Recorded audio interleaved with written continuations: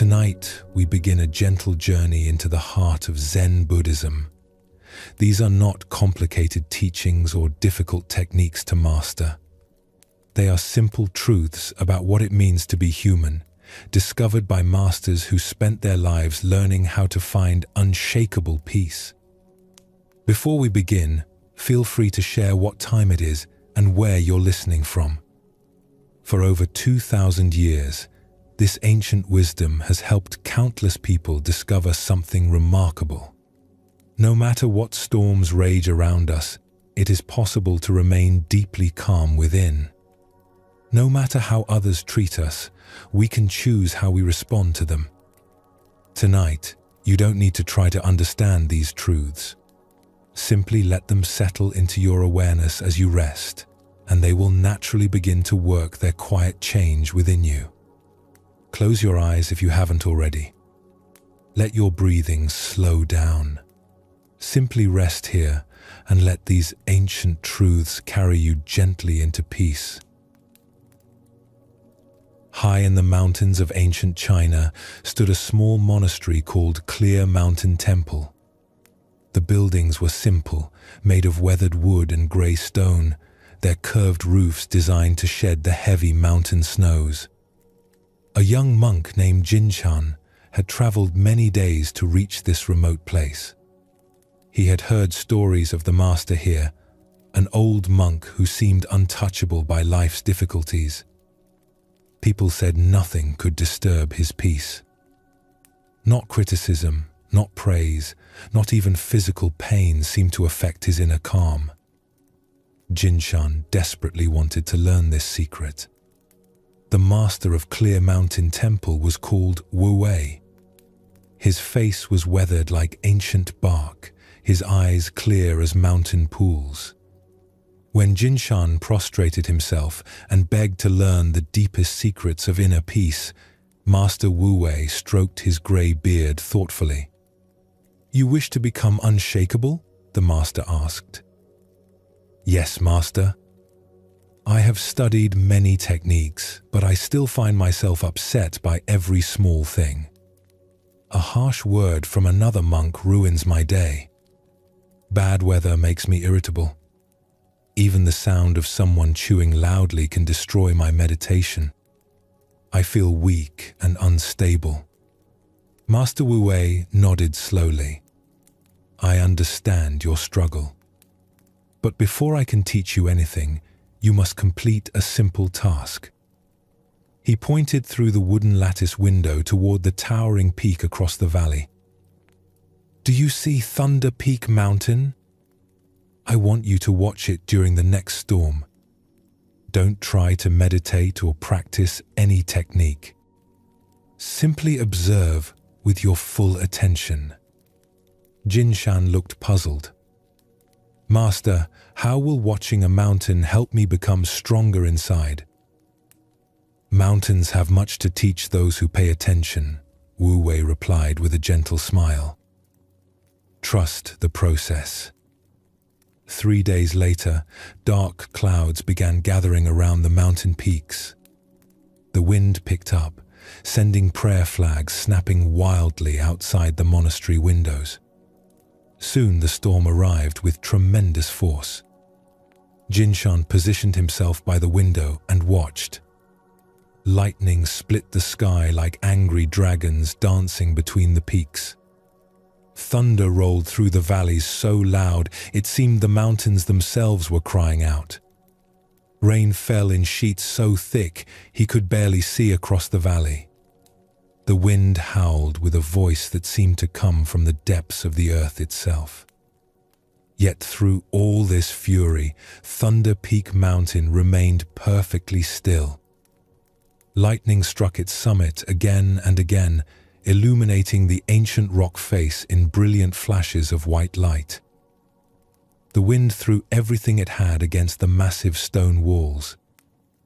Rivers of water poured down its sides, carving temporary waterfalls that appeared and disappeared like magic. But the mountain itself never moved. It didn't fight against the lightning or resist the driving rain. It simply remained what it had always been, solid and unmoved, letting the entire storm rage around its unchanging presence. The storm continued for 2 days and 2 nights. When it finally passed, leaving the air crystal clear and sweet with the scent of rain-washed pine, Jinshan went to find Master Wu Wei. He discovered the old monk sitting in the garden, quietly tending to small plants that had been battered by the storm. "Master," Jinshan said, bowing respectfully, "I watched Thunder Peak throughout the entire storm. I think I understand something, but I would be grateful for your guidance." Wu Wei looked up from a small pine seedling he was gently supporting with a thin bamboo stake. "Tell me what you observed." "The mountain remained completely peaceful, even in the fiercest storm I have ever witnessed. Nothing could disturb what it truly was. The lightning, the wind, the flooding rain, it all passed around the mountain without changing it in any way." "And why do you think this was possible?" the master asked, his hands still gentle on the young tree. Jinshan thought carefully before answering. "Because the mountain knew exactly what it was. It wasn't confused about its nature. It wasn't trying to be a tree that could bend or a bird that could fly away. It was simply, completely itself. And somehow its roots went so deep that nothing could shake it." "Beautiful," Master Wu Wei said, his eyes warm with approval. "The mountain shows us the first secret of true strength. It comes not from fighting against what life brings us, but from knowing who we are so deeply that external storms cannot touch our core." He stood slowly, brushing soil from his robes. "You came seeking techniques for inner peace. But peace is not something you create through effort. It's what you discover when you stop being confused about your own nature." "But Master, how do I find this deep knowing?" "The same way the mountain found its nature," Wu Wei replied. "Not through thinking or analyzing, but through patient sitting, through weathering many storms, through simply being present with whatever arises. Your true self is not something you build. It's what remains when everything false is worn away." This ancient story reveals something profound about human nature that we often forget in our busy, complicated lives. Beneath all our worries, our changing moods, our fears about what others think of us, there exists something solid and unchanging. The mountain represents this deeper part of ourselves. Most of us live our lives identified with surface things. We think we are our job title, our relationships, our successes and failures, our good days and bad days. When these things go well, we feel strong. When they don't, we feel shaken. We're like trees with shallow roots, easily blown over by the first strong wind. But what if there was something deeper? What if the real you, the part that watches your thoughts come and go, the part that has remained constant throughout all the changes of your life, what if that part was as solid and unshakable as a mountain? This is what the Buddha discovered when he sat quietly and looked deeply into the nature of human experience. He found that beneath all the mental noise and emotional storms, there is a place of profound stillness that cannot be touched by external circumstances. Not because it's hiding from life, but because it's so deeply rooted in truth that nothing can disturb it. When we learn to know ourselves from this deeper place, everything changes. Criticism still comes, but it cannot shake us because we're no longer depending on others' approval for our sense of worth. Difficulties still arise, but they become like weather passing through our awareness rather than threats to our very existence. This isn't about becoming cold or disconnected from life. The mountain isn't separate from the storm. It experiences every lightning strike, every drop of rain. but it experiences these things from such a place of deep stability that they cannot overwhelm its essential nature. This is the foundation that makes all other peace practices possible. When you know you have this unshakable core, you can afford to be kind when others are cruel, because their cruelty cannot touch what you truly are. You can afford to stay calm in chaos, because your peace doesn't depend on external order. You can afford to love without guarantee of being loved back, because your completeness doesn't depend on getting something from others. In the hills outside Kyoto, during the early spring when cherry blossoms painted the mountainsides pale pink, stood an ancient temple called Eternal Light. The temple had served travelers for over 300 years, offering shelter, food, and spiritual guidance to anyone who needed it. The temple's keeper was an old monk named Dogen, named after a great master from centuries past. He was a thin man with kind eyes and hands that were permanently stained from years of working in the temple gardens. Dogen had lived at Eternal Light for 40 years, maintaining the buildings, tending the gardens, and keeping the temple lamp burning every single night without fail. One spring evening, a traveling merchant named Takeshi arrived at the temple gates. Takeshi was a successful trader who dealt in silk and tea, traveling regularly between the great cities. He was also a restless man, always seeking new opportunities, better deals, more profitable routes. He had never understood why anyone would choose a life of simple service when they could be out in the world accumulating wealth and status. After sharing the evening meal in the temple's humble dining hall, Takeshi sat with Dogen on the wooden veranda overlooking the valley below. The mountain air was cool and sweet with the scent of blossoming trees. Evening shadows were beginning to stretch across the landscape. "Honorable monk," Takeshi said, setting down his teacup, "I hope you don't find my question rude, but I have always wondered about men like you. You are clearly intelligent and capable. You could live in the capital, teach wealthy students, perhaps even serve in a rich family's household. Why choose such a simple, isolated life?" Dogen was quiet for a long moment, listening to the evening sounds, wind through bamboo, the distant call of a temple bell, water flowing over stones in the garden stream. Finally, he gestured toward the valley spread below them. "Do you see the small lights beginning to appear in the village?" he asked. Takeshi looked where Dogen pointed. In the gathering dusk, warm yellow lights were beginning to glow in windows throughout the valley.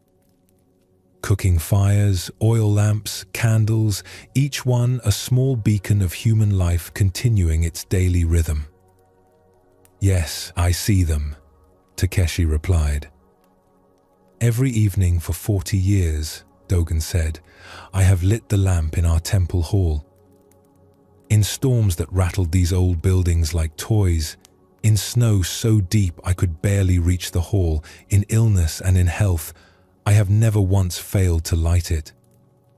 As if to illustrate his point, Dogen rose and moved to a large bronze oil lamp that stood in an alcove on the veranda. With practiced movements born of decades of repetition, he cleaned the wick, filled the reservoir with oil, and lit the flame. Immediately, warm light spread across the veranda and out into the garden, pushing back the approaching darkness. "That light," Dogen continued, settling back down beside Takeshi, "serves as a beacon for travelers who lose their way in these mountains. But more than that, it represents something essential about what it means to be human." A night bird called from somewhere in the darkness, its voice clear and solitary. Fireflies began to blink among the garden plants like tiny stars fallen to earth. "You ask why I choose this life," Dogen said. "But I think the question itself misses something important. I don't experience this as choosing limitation. I experience it as choosing to give my life meaning. Takeshi was beginning to understand, but Dogen continued. Every night when I light that lamp, I am answering the deepest question a human being can ask. How can my life serve something greater than my own small wants and fears? He pointed to the temple lamp, its flame steady and bright in the gathering darkness. That light burns not for me, but for anyone who might need it. The merchant traveling late, the pilgrim who has lost the path, the local farmer walking home after dark. My purpose is to ensure that light never fails when someone needs it. Takeshi looked out at the valley, where more and more lights were appearing as families lit their evening lamps and cooking fires. For the first time, he saw not just individual households going about their business, but a web of human care and service. Each light represented someone choosing to push back a little darkness to create a small space of warmth and safety in the vast night. I have spent my life accumulating things, Takeshi said quietly. Silk, tea, gold, reputation. But none of these things have given me the contentment I see in your face. How do you find such peace in having so little? Dogen smiled. I think you see it backwards, my friend. I don't have little. I have everything that truly matters. I have work that serves others. I have days filled with meaning. I have the deep satisfaction that comes from knowing my life makes a difference, even if it's a small one. The next morning, as Takeshi prepared to continue his journey, he watched Dogen move through his morning routines. He saw him carefully clean the lamp from the night before, trim the wick, and prepare it for another evening of service. He watched him tend the temple gardens, sweep the pathways, and prepare simple meals for any travelers who might arrive.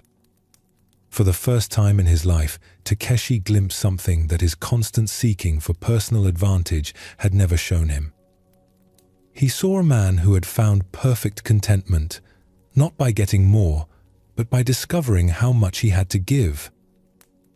As he walked down the mountain path toward the main road, Takeshi looked back once to see Dogen in the temple garden, moving peacefully among the flowering trees, completely at home in a life devoted to something larger than himself. Dogen's story shows us something beautiful about human nature that our culture often overlooks.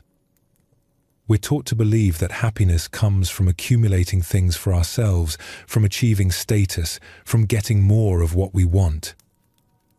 But deep down, most of us sense that real fulfillment comes from the opposite direction, from discovering what we have to offer the world. When we're living for something larger than our personal desires, we're no longer carrying the impossible burden of trying to make ourselves happy through external means. We're no longer depending on getting specific outcomes to feel worthwhile. Our sense of meaning comes from the giving itself, not from whether we receive appreciation or recognition in return. The Buddha understood this deeply. He spent his life teaching not because he needed to be seen as a great teacher, but because he had discovered something so valuable that keeping it to himself would have been like hiding a lamp under a blanket. His sense of purpose came from the offering, not from the results. When you find this connection, when you discover what you're genuinely called to tend and nurture, you've found the foundation of unshakable peace. Not because life stops bringing challenges, but because those challenges become part of your practice rather than threats to your happiness. Your life becomes like Dogen's temple, a place where your inner light burns steadily, offering warmth and guidance to anyone who needs it. And like that mountain in the storm, you remain unmoved by external turbulence because you're rooted in something deeper than personal circumstances. You're rooted in the natural human joy of being useful, of mattering, of making the world a little better through your presence in it. Let your breathing deepen now. Feel yourself settling more completely into rest. Notice how good it feels to simply be here, needing nothing more than this moment of peace. Tomorrow will bring its own opportunities to serve, to give, to be the lamp that lights a small corner of the world. For now, rest in the quiet satisfaction of knowing that you have everything you need to live a meaningful life. The capacity to love, to serve, to be present with whatever comes.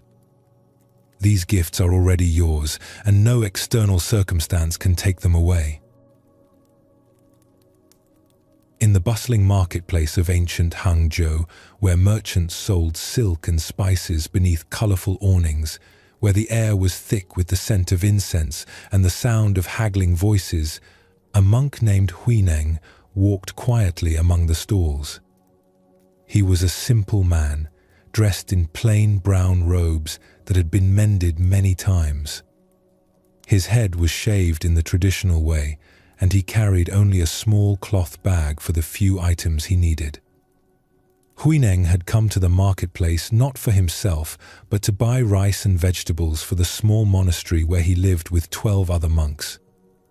The monastery was poor, and they depended on donations and careful shopping to make their meager funds last. Huineng moved slowly through the crowded marketplace, stopping at each stall to examine the goods with gentle care. The morning sun was warm on his shoulders, and he took his time, appreciating the colors and textures of the fresh produce, the skill of the craftspeople, the energy of commerce flowing around him. At one vegetable stand, he picked up several cabbages, feeling their weight, checking each leaf for freshness. The vendor, a middle-aged woman with tired eyes, watched him nervously as he examined each cabbage with what seemed like excessive care. "Are you going to buy anything, or just handle all my vegetables until they're bruised?" She snapped, her voice sharp with irritation. "I have other customers waiting, and you're taking forever." Huineng looked up at her with genuine warmth in his eyes. "Please forgive me for being slow," he said kindly. "These cabbages are beautiful. I would like these 3, please." He placed the best ones carefully in his bag and offered payment with a small bow. The woman took the money without another word, already turning to the next customer. At the rice merchant's stall, Huineng took even more time, running the grains through his fingers with the careful attention of someone who understood how precious food could be. He was checking for stones and chaff, making sure the rice would cook properly for his community. This merchant, a heavy-set man with sweat beading on his forehead, watched with growing impatience. "What are you, some kind of expert?" he said loudly, drawing attention from other shoppers. "You monks think you're so special, examining everything like you're buying for the emperor himself. If you can't afford good rice, then buy the cheap stuff and stop wasting my time." Other people in the marketplace began to turn and stare. Some whispered among themselves, pointing at the monk who was causing such a commotion. A few looked embarrassed by the merchant's rudeness, but no one spoke up. Huineng continued his careful examination, his expression unchanged, as peaceful as a mountain lake reflecting clouds. He seemed completely unaware that he had become the center of unwanted attention. Finally, a wealthy silk merchant named Zhang Wei, who had been watching this scene unfold with growing irritation, could contain his anger no longer. Zhang Wei was known throughout the marketplace for his expensive clothes, his quick temper, and his sharp tongue. He strode over to where Huineng knelt, examining rice. "You know what your problem is, monk?" Zhang Wei said, loud enough for half the marketplace to hear. His face was red with righteous indignation. "You're arrogant," You think because you shave your head and wear those rags that you're somehow better than the rest of us. But you're just a beggar, looking for handouts and pretending to be holy. The marketplace grew quiet. Conversations stopped mid-sentence. Even the vendors paused their selling to watch this confrontation. Everyone within hearing distance expected drama. Some looked excited, anticipating the monk's defense. Others looked uncomfortable, uncertain what would happen next. Huineng finished selecting his rice with the same careful attention he had shown throughout the morning. He paid the merchant, counted out the correct coins slowly and precisely, and carefully placed the bag of rice in his cloth sack. Only then did he turn to face Jiang Wei. His face showed no anger, no embarrassment, no defensiveness. His eyes were as calm as they had been when he first entered the marketplace, like deep pools that reflected everything but were disturbed by nothing. "Thank you for sharing your thoughts with me," Huineng said simply, his voice warm and genuine. "I hope the rest of your day brings you much happiness and prosperity." Jiang Wei was taken aback. He had thrown his hardest punch and hit nothing but air. "Is that all you have to say?" he asked, his voice filled with frustration. "Aren't you going to defend yourself? Aren't you angry?" "From what should I defend myself?" Huineng asked with what seemed like genuine curiosity. "You have expressed your opinion about me. That is certainly your right. Your words belong to you, just as my peace belongs to me." "But I called you arrogant. I called you a beggar," Jiang Wei stammered, confused by this response he had never encountered before. Huineng nodded thoughtfully, as if considering this information for the first time. "Yes, I heard what you said. But tell me, honored sir, if someone offers you a gift and you choose not to accept it, to whom does the gift belong?" Jiang Wei frowned, confused by the question and frustrated that the conversation had taken this strange turn. "Well, it belongs to the person who offered it, I suppose." "Exactly so," Huineng said with a warm smile that seemed to include not just Jiang Wei, but the entire crowd that had gathered. "You have offered me the gifts of anger and harsh judgment, but I choose not to accept them. Therefore, they remain with you. I hope you will find a better use for them than offering them to strangers." With that, Huineng bowed politely to Jiang Wei, then to the rice merchant, and finally to the small crowd that had gathered. He picked up his bag of provisions and continued peacefully through the marketplace, stopping to make a few more purchases with the same unhurried care he had shown all morning. The crowd began to disperse slowly, many of them whispering about what they had just witnessed. Some shook their heads in amazement. Others looked thoughtful, as if something they had always believed had just been quietly overturned. Jiang Wei stood alone in the middle of the marketplace, holding his anger like a burning coal, realizing for the first time in his life that no one had forced him to pick it up. This simple encounter in an ancient marketplace reveals something profound about human freedom that most of us never discover. We spend our lives believing that other people have the power to make us angry, to hurt our feelings, to ruin our day. But this is an illusion that keeps us trapped in emotional reactivity. The truth that Huineng demonstrated is this: there is always a space between what happens to us and how we respond. Most people react so quickly that they never notice this space exists. Someone insults them and anger appears instantly, as if it were an automatic response. Someone criticizes them, and hurt feelings seem to arise by themselves, as if they had no choice in the matter. But this automation is just a habit, not a law of nature. In that tiny gap between stimulus and response lives our freedom. When we learn to find that space and rest there, we discover that we are much more powerful than we ever imagined. This starts with simply noticing the gap between event and reaction. The next time someone speaks harshly to you or treats you rudely, try to catch yourself in that moment before you automatically respond.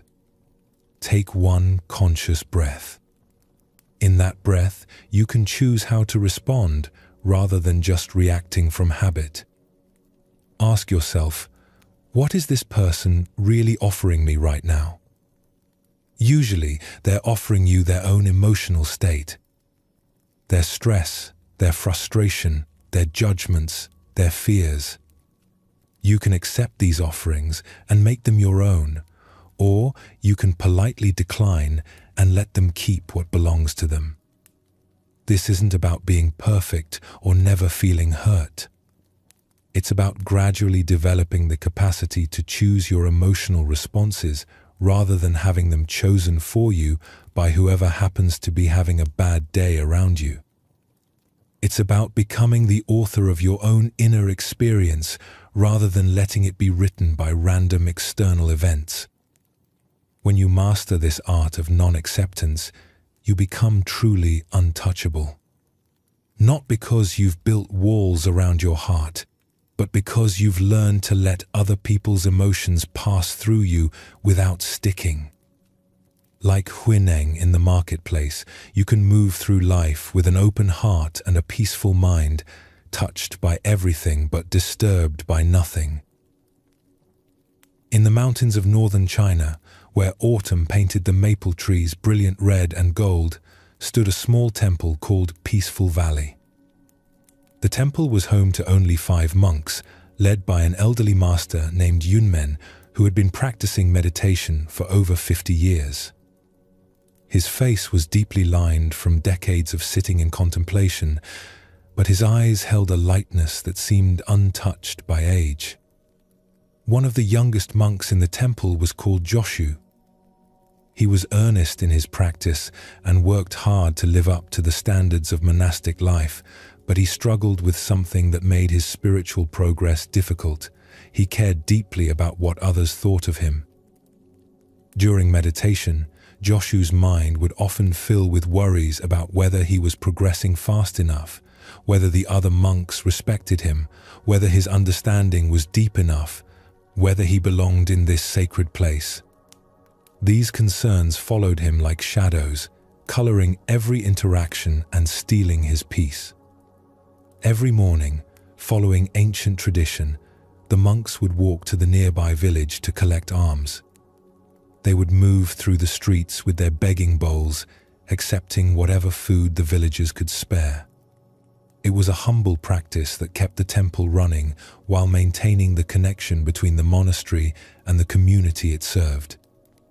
On one particular autumn morning, as Joshu walked through the village with his wooden bowl, the morning air crisp with the promise of winter, he overheard 2 women talking by a stone well. They were washing vegetables for their family's morning meals, their voices carrying clearly in the still mountain air. "Do you see that young monk over there?" one woman said, pointing discreetly in Joshu's direction. She was middle-aged, with graying hair pulled back severely and hands reddened from the cold water. "My cousin, who lives near the temple, told me some interesting things about him." The second woman, younger but with the same sharp expression, looked over at Joshu and nodded with interest. "Oh? What did she say?" "She says he's lazy," the first woman continued, lowering her voice, but not enough to prevent Joshu from hearing every word. "Sleeps late, doesn't work as hard as the others. And look how young he island. What could someone that age possibly know about spiritual matters?" Joshu felt his face burning with shame and anger. Every word was completely untrue. He rose before dawn every day for meditation, often sitting longer than anyone else. He worked harder than most in the temple gardens, tending vegetables and maintaining the grounds with meticulous care. He had given up a comfortable life with his family to pursue awakening with complete sincerity. "I agree completely," the second woman replied, scrubbing a radish with unnecessary force. "When I was a girl, monks were truly holy men who had earned their robes through years of genuine sacrifice. This one probably became a monk just to avoid having to work for a living. Young people today have no dedication." "Exactly," the first woman said, warming to her theme. "It's a disgrace, really. The temple used to be filled with masters of great wisdom. Now they take anyone who shows up at their gate." Joshu's first impulse was to march over to the women and defend himself, to tell them how wrong they were, to explain his true dedication and the sacrifices he had made. His second impulse was to return immediately to the temple and hide from any further humiliation. Instead, he forced himself to continue his rounds, but the women's words echoed in his mind like painful bells. Each cruel phrase seemed to carve itself deeper into his memory. By the time he returned to Peaceful Valley, his usual calm had completely disappeared. His mind was a storm of defensive arguments, hurt feelings, and angry retorts he wished he had made. Master Yunmen was sitting in the temple garden when Joshu returned, carefully tending to a small pine tree that grew in a large ceramic pot. The old master's movements were slow and deliberate, each gesture an act of meditation. He looked up as Joshu approached, and his experienced eyes immediately saw the young monk's distressed state. "Sit with me," Yunmen said simply, patting the ground beside him. Joshu sat down heavily, his movements sharp with residual anger. For several minutes, they sat in silence, while Yunmen continued his work with the small tree, gently adjusting its position to catch the slanted autumn sunlight, carefully removing dead needles with loving attention. "Tell me what has disturbed your peace," Yunmen said finally, his voice as gentle as wind through leaves. Joshu related the entire encounter, repeating the women's words exactly as he had heard them. As he spoke, his anger rekindled, his voice becoming tight with indignation and hurt. "Master, what they said was completely false. I work harder than anyone here. I'm completely sincere in my practice. How dare they judge me without knowing anything about my life or my commitment?" Yunmen nodded thoughtfully and continued working with his tree, trimming a small branch with careful precision. After a long pause, he spoke. "Tell me, Joshu, when you practice archery and shoot an arrow at a target, what do you do if you miss?" Joshu was confused by the question, uncertain how it related to his problem. I examine my aim and try again, Master." "Good. And if someone else shoots an arrow at that same target and also misses, does their failure affect your next shot?" "No, Master. Their arrow has nothing to do with mine." "Exactly," Yunmen said, his eyes twinkling with gentle humor. "Those women shot arrows of criticism at their idea of who you are. But their arrows missed the target completely because they were aiming at an imaginary person, not the real Joshu." He gently adjusted another small branch on the pine tree. "But you caught their arrows in mid-flight and decided to make them yours. Now you are wounded by arrows that were never meant for you, shot by people who don't even know you exist." Joshu sat quietly, feeling something shift inside his chest, like a tight knot slowly beginning to loosen.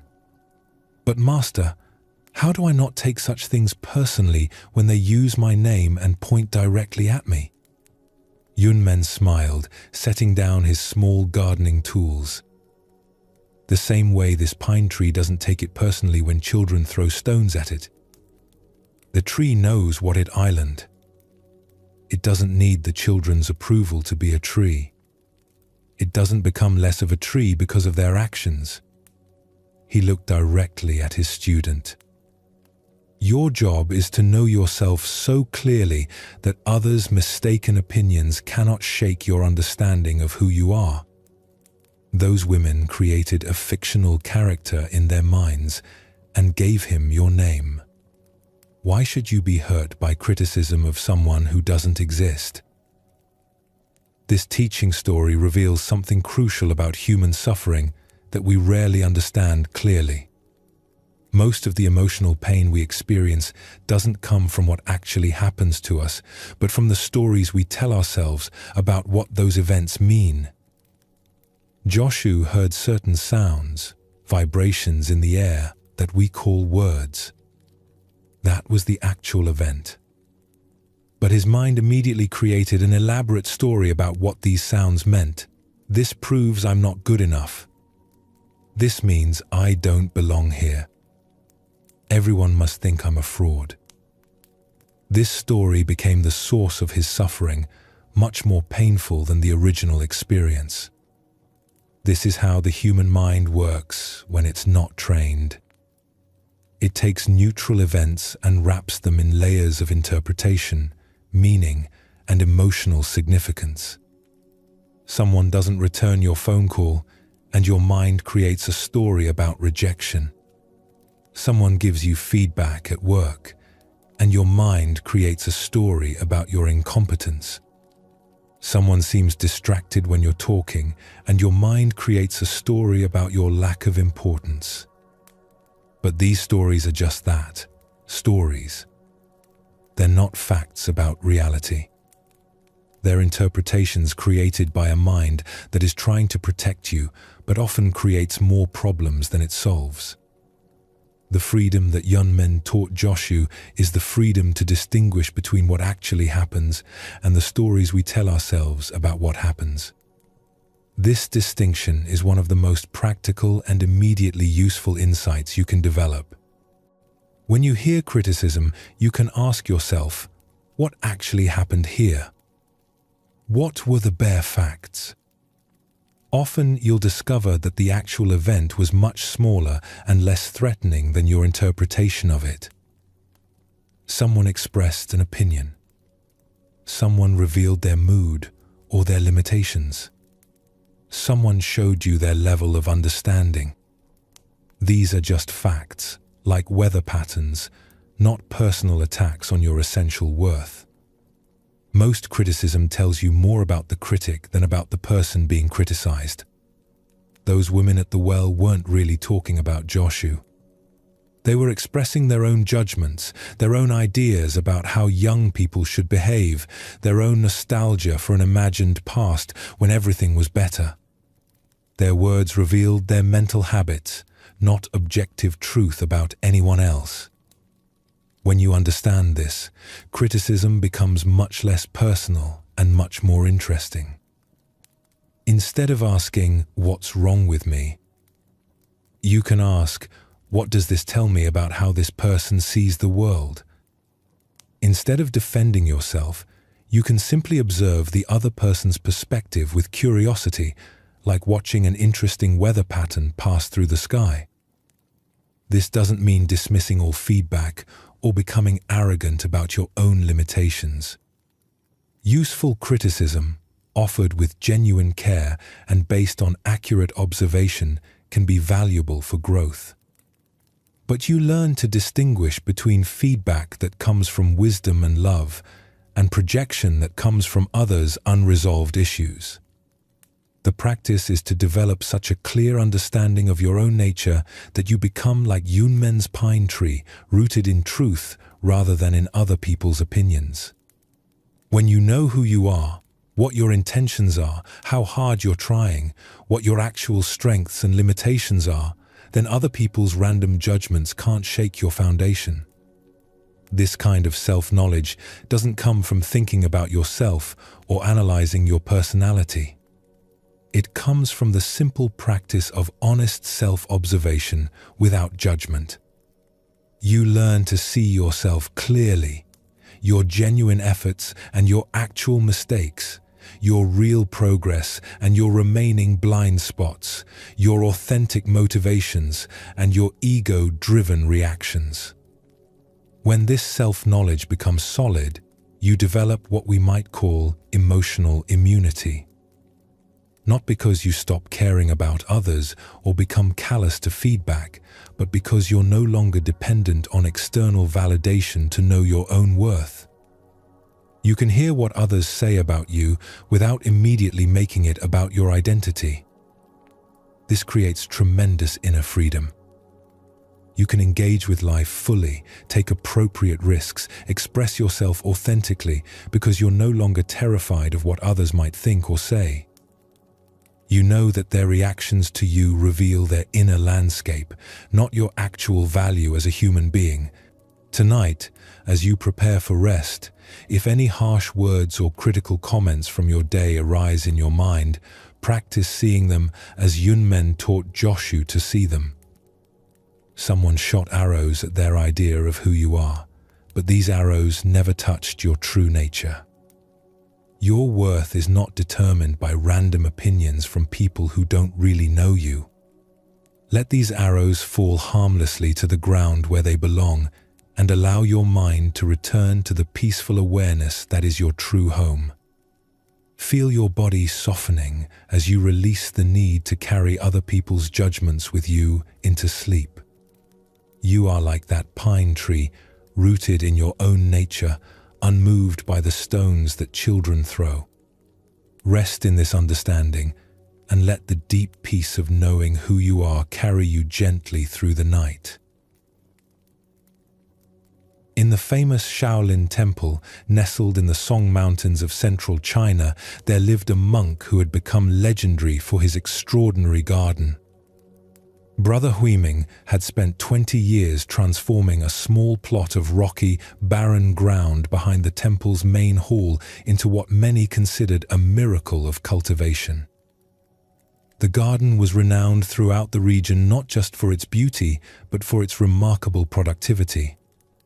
Even in the harshest seasons, when drought withered other gardens or floods washed away careful plantings, Huiming's plot continued to provide abundant vegetables and herbs for the temple community. Travelers would journey from distant provinces just to see how he achieved such success in such challenging conditions. The garden itself was a marvel of organization and care. Neat rows of vegetables grew in perfect alignment, each plant healthy and vigorous. Fruit trees provided shade and sweet offerings. Herb spirals released their fragrance into the mountain air. Everything seemed to thrive under Huiming's attention, as if the very soil had been blessed. The secret, Huiming would tell anyone who asked, lay not in any special technique or secret fertilizer, but in constant, patient attention to what was allowed to grow and what needed to be removed before it could cause problems. Every morning before dawn, while the other monks were still settling into their meditation hall, Huiming would walk slowly through his garden with a small oil lamp, its flame flickering gently in the morning breeze. Row by row, plant by plant, he would examine every inch of soil with the careful attention of someone reading a sacred text. When he found young weeds beginning to sprout between his carefully planted vegetables, he would remove them immediately while their roots were still small and weak. When he discovered insects that might damage his plants, he would gently relocate them to wild areas outside the temple grounds where they could find food without destroying his crops. When he saw signs of plant disease, he would treat it before it could spread to healthy growth. The key to a productive garden, he would explain to the young monks who came to learn from him, is not to wait until problems become obvious. By then, removing them often damages the good plants around them. The secret is daily attention, catching difficulties when they are still small and easy to address. One spring, a young monk named Faxiang was assigned to help Huaiming with the garden work.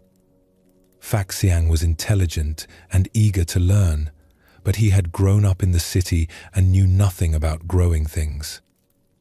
He was amazed by the amount of time Huaiming spent simply walking through the garden, looking carefully at each plant, seeming to do nothing but observe. "Master Huaiming," Faxiang said one morning as they worked together in the warming sunshine, "wouldn't it be more efficient to weed the entire garden once a week rather than checking it every single day? It seems like we're doing the same work over and over again." Huaiming smiled and knelt beside a row of young lettuce plants, their tender green leaves just beginning to spread in the rich soil. "Look closely here," he said, pointing to what appeared to be empty earth between the lettuce seedlings. "What do you see?" Faxiang bent down and looked carefully, but saw only dark, rich soil. "I see nothing, Master." "Exactly," Huaiming said, taking a small pointed stick and gently scraping away a thin layer of earth. There, barely visible to the untrained eye, were tiny green shoots just beginning to emerge from the soil. "These are dandelion seeds that blew in yesterday on the evening wind. Tomorrow, you would see them clearly. In a week, they would be difficult to remove without disturbing the lettuce roots. In a month, they would completely take over this row." He carefully extracted each tiny weed with the tip of his stick, his movements precise and gentle. "The mind is exactly like this garden, young brother.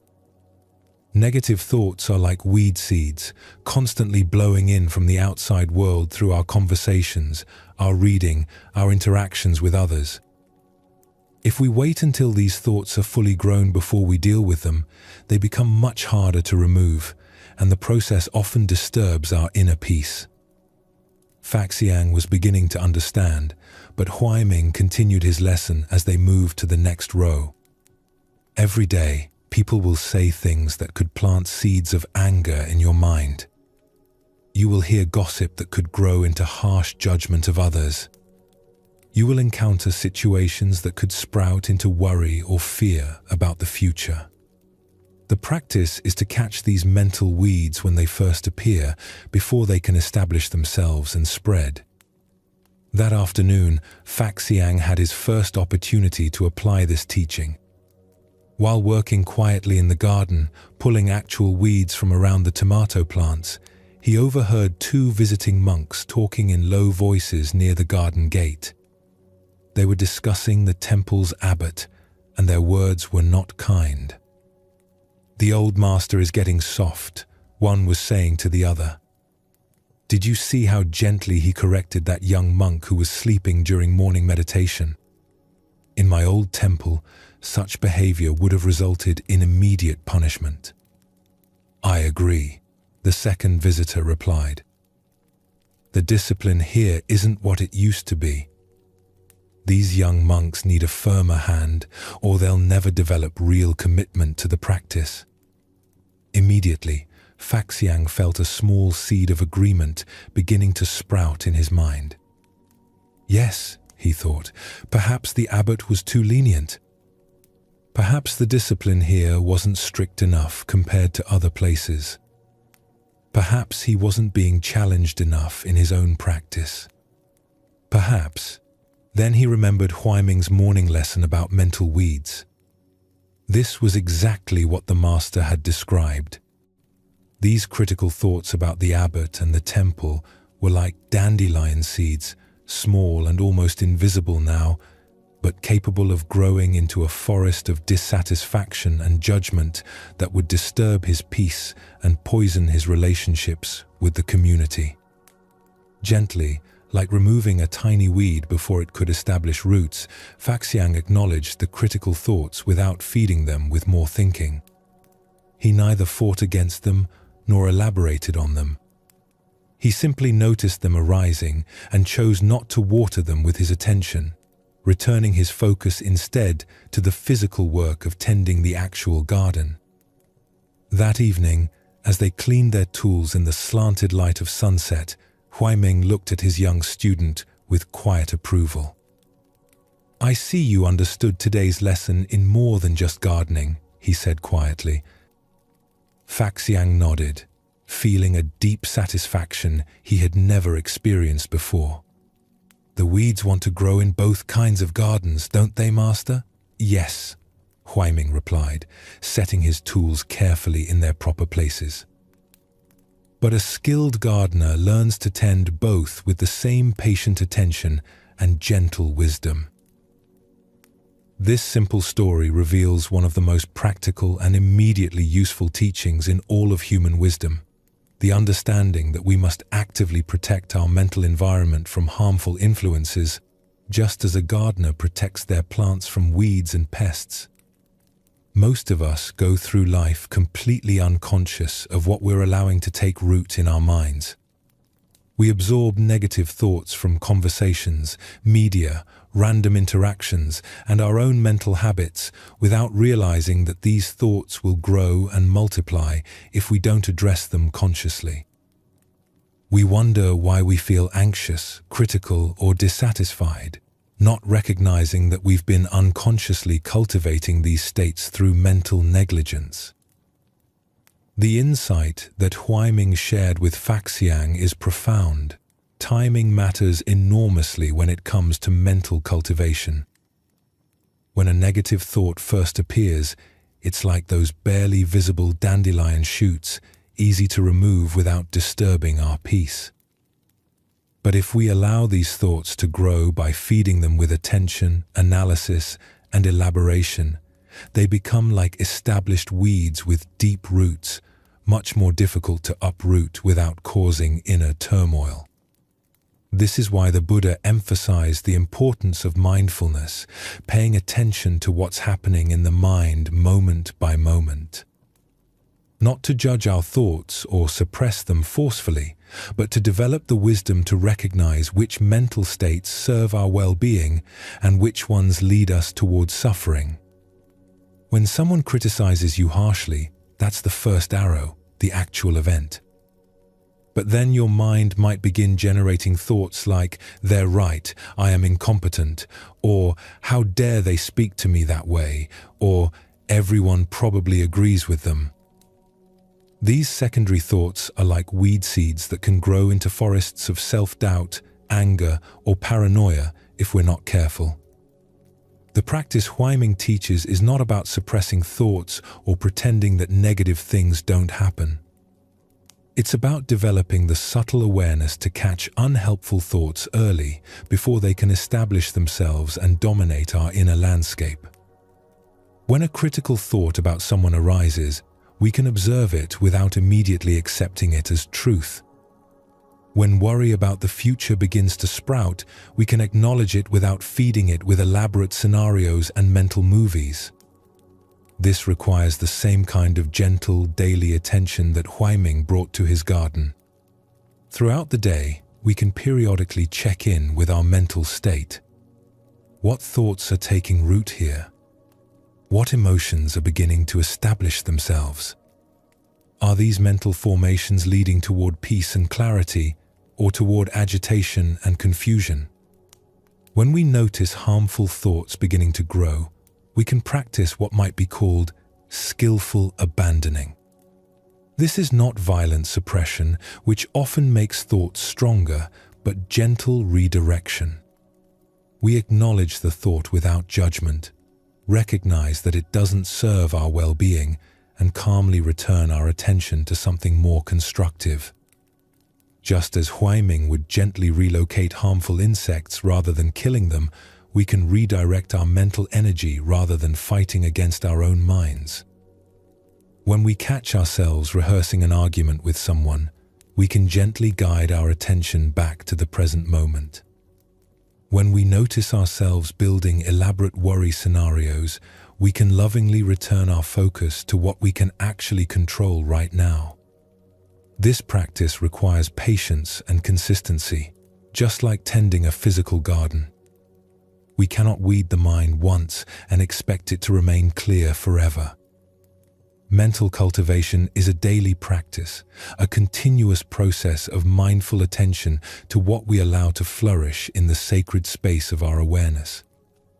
The goal is not to achieve a mind completely free of negative thoughts, which would be both impossible and unnecessary. Difficult thoughts and emotions are natural responses to challenging situations. The goal is to develop such clear awareness of our mental processes that harmful thoughts cannot establish themselves and take over our inner landscape. We become like skilled gardeners who can quickly identify and address problems before they spread. This understanding also applies to our consumption of information and our choice of mental diet. Just as a gardener is careful about what seeds enter their garden, we can be mindful about what influences we allow into our mental environment. What do we read, watch, and discuss? How do these inputs affect our inner state? Are we consciously choosing mental nutrition that supports our growth, or unconsciously consuming mental junk food that creates agitation and confusion? When we take responsibility for cultivating our minds with the same care that Huaiming brought to his garden, we create the conditions for natural peace and contentment to flourish. Our inner landscape becomes a source of strength rather than a source of stress, a refuge we can always return to regardless of what storms may be raging in the external world.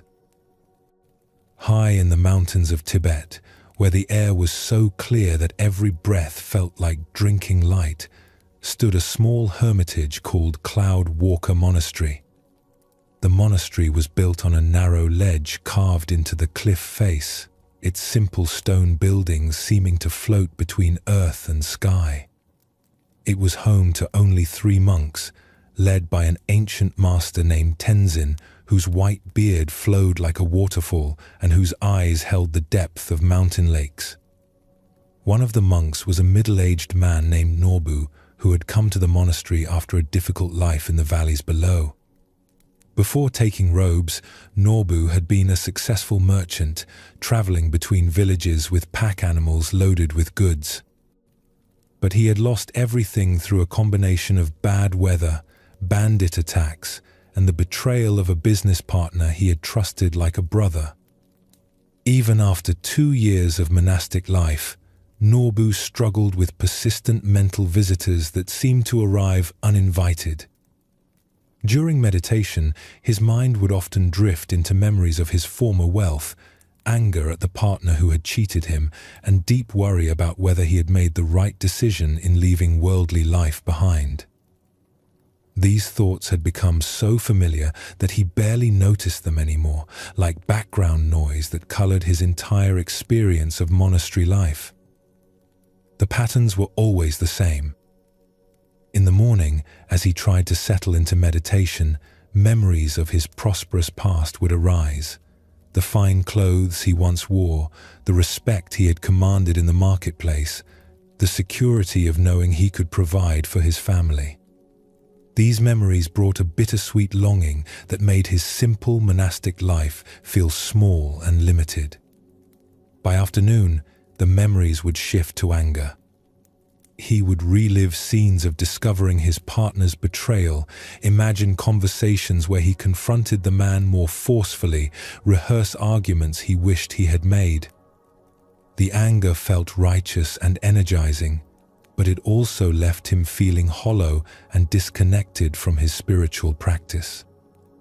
Evenings brought worry and self-doubt. Had he been a fool to trust his partner? Was he being a fool now to think he could find peace in monastic life? Maybe he should return to the world and try to rebuild what he had lost. Maybe he wasn't cut out for this contemplative path. Maybe he was just running away from his failures rather than facing them courageously. These mental patterns had become so habitual that Norbu rarely questioned them. They felt like natural responses to his circumstances, automatic features of his inner landscape that he had no choice but to endure. One afternoon, while Norbu was sweeping the monastery's small courtyard and lost in particularly painful memories about his business failure, Master Tenzin approached and sat quietly on a simple wooden bench nearby. The old master often did this, simply sitting in companionable silence while the monks went about their daily work, his presence both unobtrusive and deeply calming. After several minutes of shared silence, with only the sound of Norbu's broom against stone and the distant cry of mountain eagles, Tenzin spoke in his soft, clear voice. "Tell me, Brother Norbu, what do you see when you look up at that sky?" Norbu paused in his sweeping and looked up. Above them stretched a vast expanse of brilliant blue, dotted with white clouds that drifted slowly across the mountain peaks like sailing ships on an azure sea. "I see clouds, Master. Many beautiful clouds against the blue sky. How many clouds can you count?" Norbu looked more carefully, shading his eyes against the bright mountain sunday. "Perhaps 15 or 20, Master. They seem to change, even as I watch them. And tell me, which of those clouds were there yesterday at this same time?" Norbu thought for a moment, trying to remember. I don't recall exactly, Master. The clouds are always changing, always moving to new places."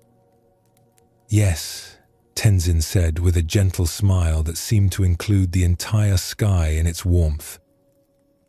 "The clouds are always in motion, always different. Each one arises, takes shape, and dissolves back into empty space. But what about the sky itself? Does the sky change?" Norbu looked up again, this time paying attention to the vast blue expanse that held all the clouds. "The sky remains the same, Master. It's always present, always open, always peaceful." "Exactly so," Tenzin said, rising slowly from the bench. "Now, tell me, when you sit in meditation, what do you observe in your mind?" "I see many thoughts, Master. Memories of my past life, feelings of anger and regret, worries about the future. Sometimes it feels like my entire mind is filled with these experiences." "And are these the same thoughts you had yesterday? The same memories and worries?" Norbu considered this carefully. He had never really paid attention to this aspect of his mental experience. "No, Master. The specific thoughts change, though they often have similar themes. Sometimes I remember different events. Sometimes the worries focus on different possibilities." "Like clouds in the sky," Tenzin said, his voice carrying the gentle authority of someone who had observed these patterns for decades. "Always changing, always moving, sometimes dense and stormy, sometimes light and wispy. But tell me, what is it that observes these thoughts? What is aware of the memories and worries as they pass through your mind?" This question stopped Norbu completely. In all his years of struggling with difficult thoughts, he had never considered what was doing the observing. He had been so focused on the content of his thoughts that he had never noticed the awareness that was perceiving them. I'm not sure, Master. I never thought about this before." "Look carefully now," Tenzin said, his voice becoming even softer, as if he were sharing a precious secret. "Right now, you are aware of my words. You are aware of the feeling of the broom handle in your hands. You are aware of thoughts arising and passing away in your mind. What is this awareness itself like? Does it come and go like the thoughts do? Does it change like the clouds?" Norbu stood very still, turning his attention inward for the first time in a completely new way. Instead of focusing on the content of his thoughts, he tried to notice the awareness that was perceiving them. Gradually, he began to sense something vast and unchanging, like the blue sky that held all the passing clouds. The awareness, it seems always present, Master. It doesn't seem to be disturbed by the thoughts that pass through it, even the painful ones. Yes, Tenzin said with deep satisfaction, his eyes sparkling with joy at his student's recognition. The thoughts and emotions are like clouds, temporary formations that arise and dissolve in the space of awareness. But you are not the clouds. You are the sky itself, vast and peaceful, untouched by whatever weather patterns may pass through. He gestured toward the mountain peaks around them, their snow-covered summits gleaming in the afternoon sunday. When storm clouds gather around these mountains, do the clouds damage the peaks? When strong winds blow the clouds away, do the mountains try to hold on to them? No, Master. The mountains simply allow the weather to come and go naturally. Your true nature is like those mountains, like that sky, Brother Norbu. Your thoughts about the past, your anger at your former partner, your worries about the future, they are all just weather patterns passing through the vast space of your awareness. They cannot damage who you truly are unless you mistake yourself for the passing weather rather than the eternal sky. That evening, during the monastery's evening meditation, Norbu practiced this new way of relating to his mental experience. When familiar memories of his business life arose, instead of getting caught up in the story, he practiced observing them as temporary clouds passing through the sky of awareness. When anger toward his former partner surfaced, he watched it like weather, noting its arising and its inevitable passing away. For the first time in years, Norbu experienced periods of profound peace during meditation. Not because his thoughts stopped arising, but because he stopped identifying with them completely. He was the sky, vast and unchanging, simply allowing all experiences to pass through without resistance or attachment. This profound story points to perhaps the deepest insight in all of human wisdom, the recognition that we are not our thoughts and emotions, but the awareness in which they arise and pass away. Most of us live with the unconscious assumption that we are the voice in our head, the stream of thoughts and mental commentary that provides continuous narration about our experience. We identify so completely with this mental activity that we forget there is something deeper, something that remains constant while all these mental formations come and go. This deeper identity is like Tenzin's sky, vast, open and undisturbed by whatever appears within it. When we recognize this distinction between the content of consciousness and consciousness itself, it becomes one of the most liberating realizations possible. When Norbu was caught in his painful memories and regrets, he was completely identified with the content of his thoughts. He believed that his memories were happening to him now, in the present moment, causing fresh suffering each time they arose. But memories are not present moment experiences, they are mental formations, like clouds, that appear in the sky of awareness and then dissolve. This understanding reveals what true letting go actually means. It's not about suppressing thoughts or emotions, but about changing our relationship to them. When we recognize that we are the sky rather than the clouds, we can allow difficult experiences to arise without being overwhelmed by them. We can acknowledge pain without adding the extra layer of suffering that comes from resisting the pain or making it into a story about our identity. In practical terms, this means developing the ability to observe our mental activity without immediately believing or acting on every thought that arises. When a thought of worry about the future appears, we can note worrying and recognize it as a temporary mental formation rather than an accurate prediction. When a memory of past hurt surfaces, we can observe remembering without being pulled back into the emotional state associated with that memory. This practice is simple but not always easy. It requires patience and gentle persistence. Throughout the day, when you notice yourself caught up in stressful thoughts, you can pause and ask, who is aware of this stress? What is observing these worried thoughts? This question naturally shifts your identity from the content of your experience to the awareness that perceives it. The key insight is that thoughts and emotions are temporary phenomena. They arise due to causes and conditions, persist for a time, and then naturally dissolve. But the awareness that perceives them is constant and unchanging. When you learn to rest your sense of identity in this deeper awareness, rather than in the changing contents of mind, you discover an unshakable peace that no external circumstance can disturb. This doesn't mean becoming passive or indifferent to life. The sky doesn't ignore the clouds, it simply doesn't struggle against them.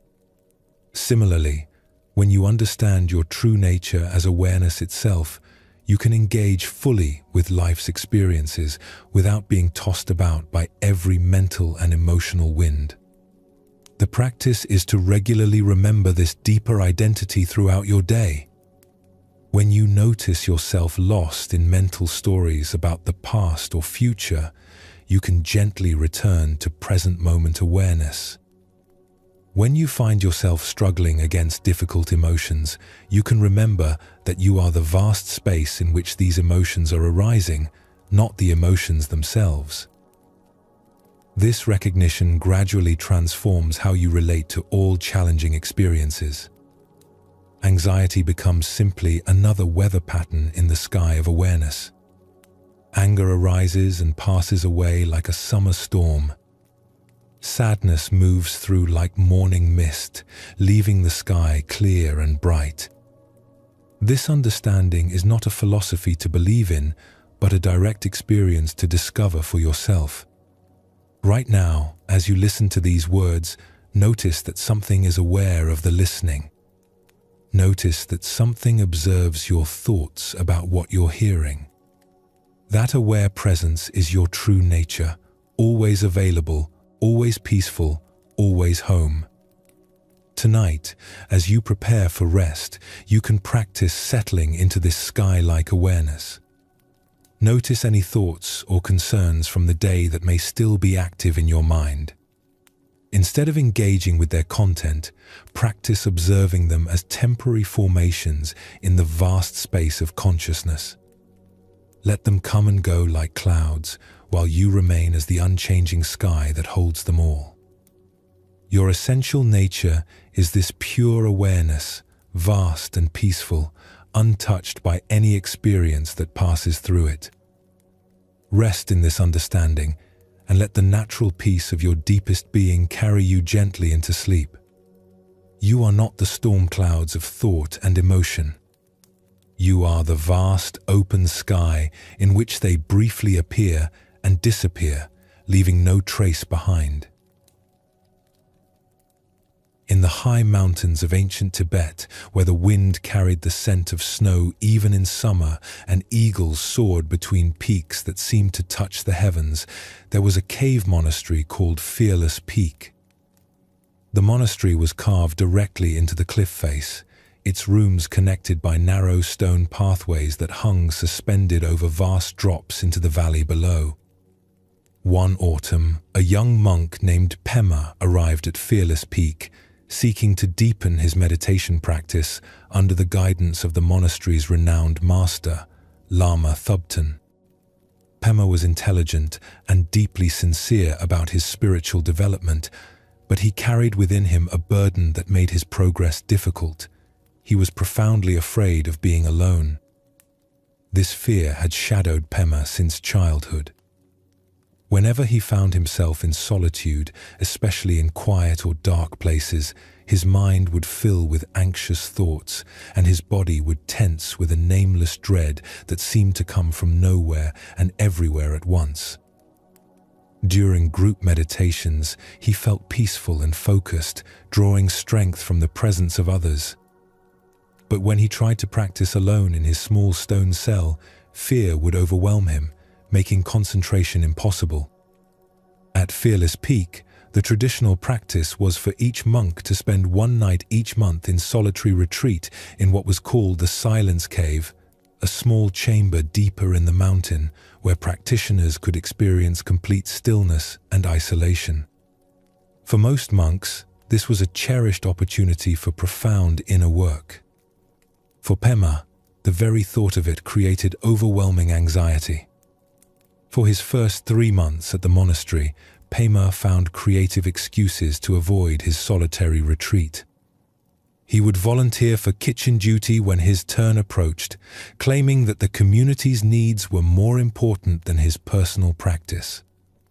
He would develop convenient illnesses that required him to stay near the infirmary.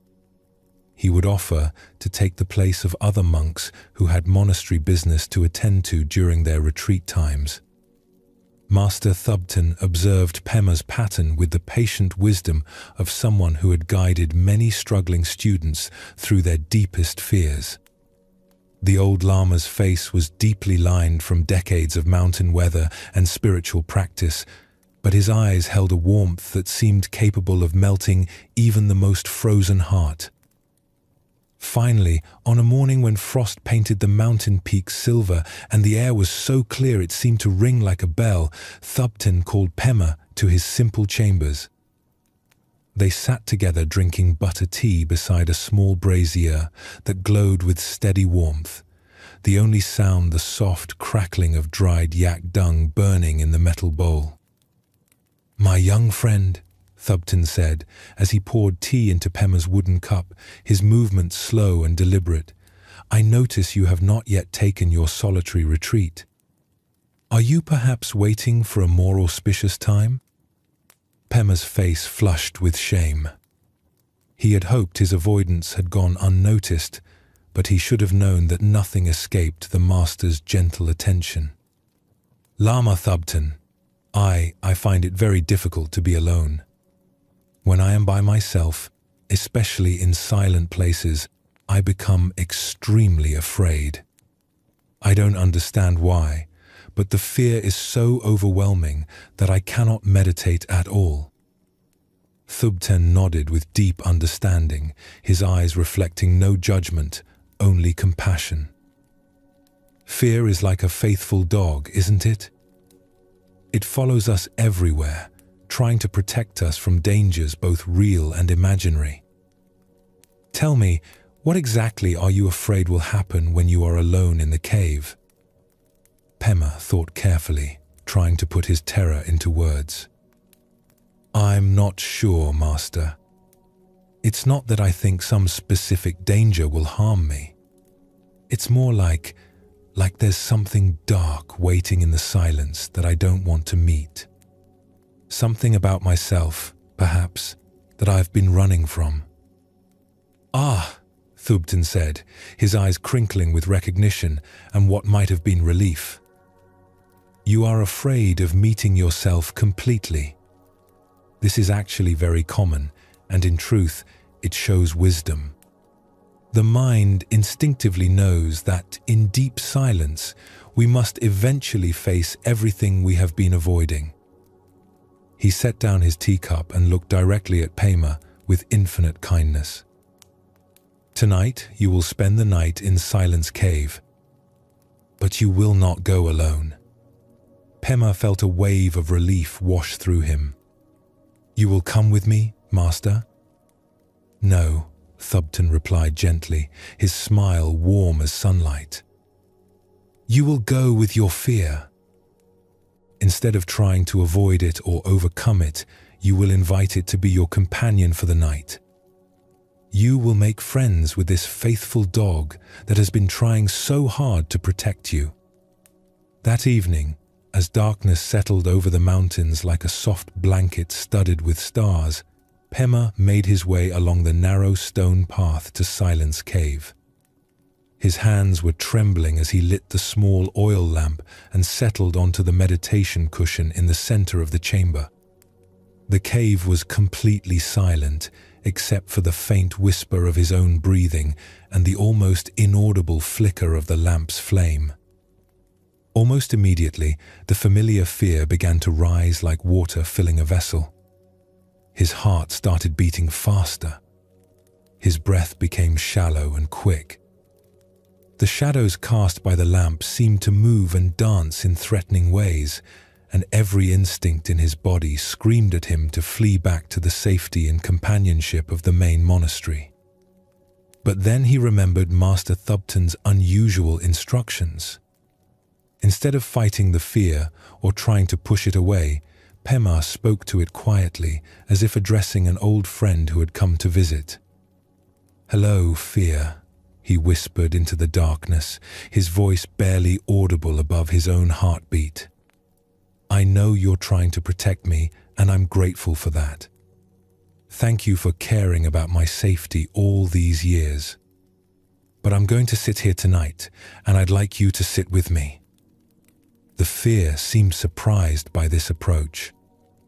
Instead of the usual struggle and resistance it encountered, it found acceptance and even gratitude. Gradually, Pema began to sense the fear differently. It was like a small, frightened child who had been trying to get his attention through the only method it knew, creating anxiety and panic in an attempt to keep him safe from some ancient, half-remembered danger. As the night deepened and the oil in his lamp slowly burned lower, Pema continued his gentle dialogue with the fear. He acknowledged its presence without judgment. He thanked it for its years of vigilant service. He assured it that he was safe here in this sacred space, that there was nothing in the silence that could truly harm him. "I understand now," he said softly to the fear as the flame flickered in the lamp's bronze reservoir. "You've been trying to protect me from feeling alone and abandoned, haven't you? You learned long ago that being alone meant being unsafe, and you've been trying to save me from that ever since." Slowly, remarkably, the fear began to soften. Instead of the sharp, electric terror he had always known, Pema felt something more like sadness, a deep loneliness that had been hiding behind the anxiety for as long as he could remember. As he allowed himself to feel this loneliness fully, without trying to escape from it or fix it, something unexpected happened.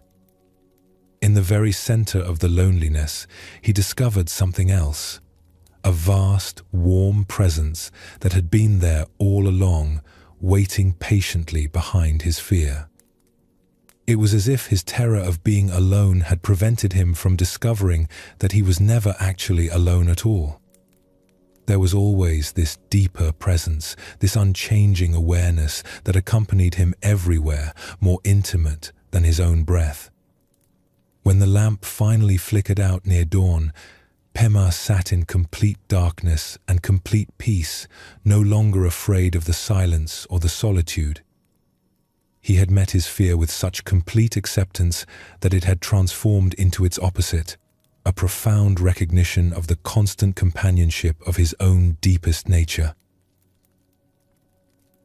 This beautiful story reveals something profound about the nature of fear and how we can transform our relationship with it. Most of us treat fear as an enemy to be conquered or a weakness to be hidden, but Pema's experience shows us a different way. Fear as a teacher that has something important to show us about ourselves. Fear often develops as a protective mechanism, usually in childhood, when our young minds create strategies to keep us safe from real or perceived dangers. A child who feels abandoned might develop a fear of being alone. A child who is criticized harshly might develop a fear of making mistakes. A child who witnesses conflict might develop a fear of expressing their own needs. These protective strategies serve their purpose for a time, but they often outlive their usefulness. What once kept us safe as children can become a prison that limits our freedom as adults. The mind that learned to fear being alone continues to create anxiety around solitude long after we're capable of taking care of ourselves. The mind that learned to fear failure continues to prevent us from taking necessary risks long after we've developed the resilience to handle setbacks. The key insight in Pema's story is that fighting against fear often makes it stronger, while approaching it with curiosity and compassion can transform it completely. When we resist fear, we're essentially telling it that it's dangerous, which confirms its message that something is wrong. But when we welcome fear, as Pema learned to do, we discover that it's usually trying to protect us from something that's no longer actually threatening.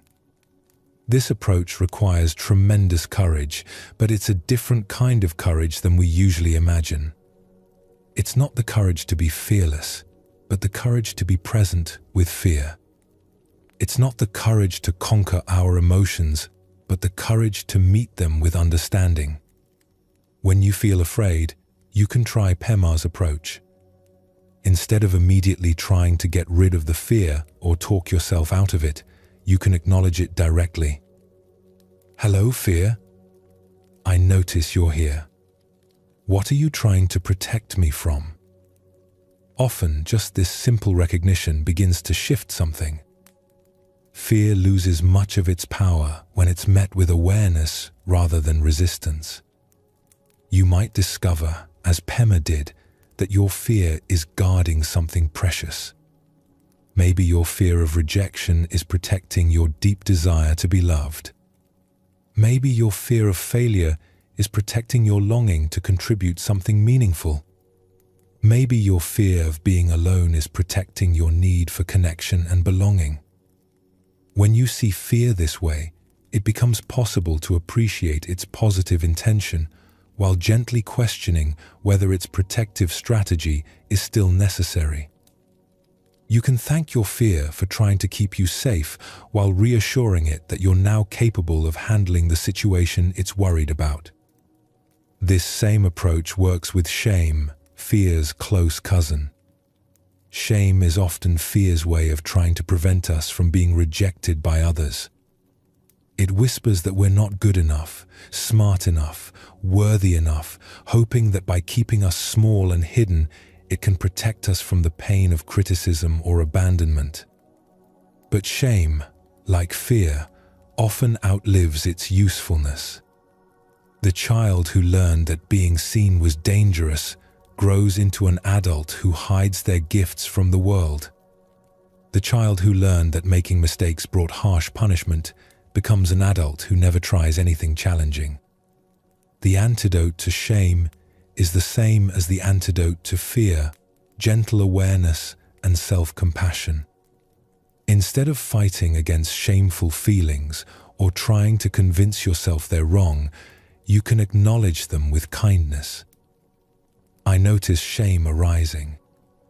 This part of me is trying to protect me from rejection.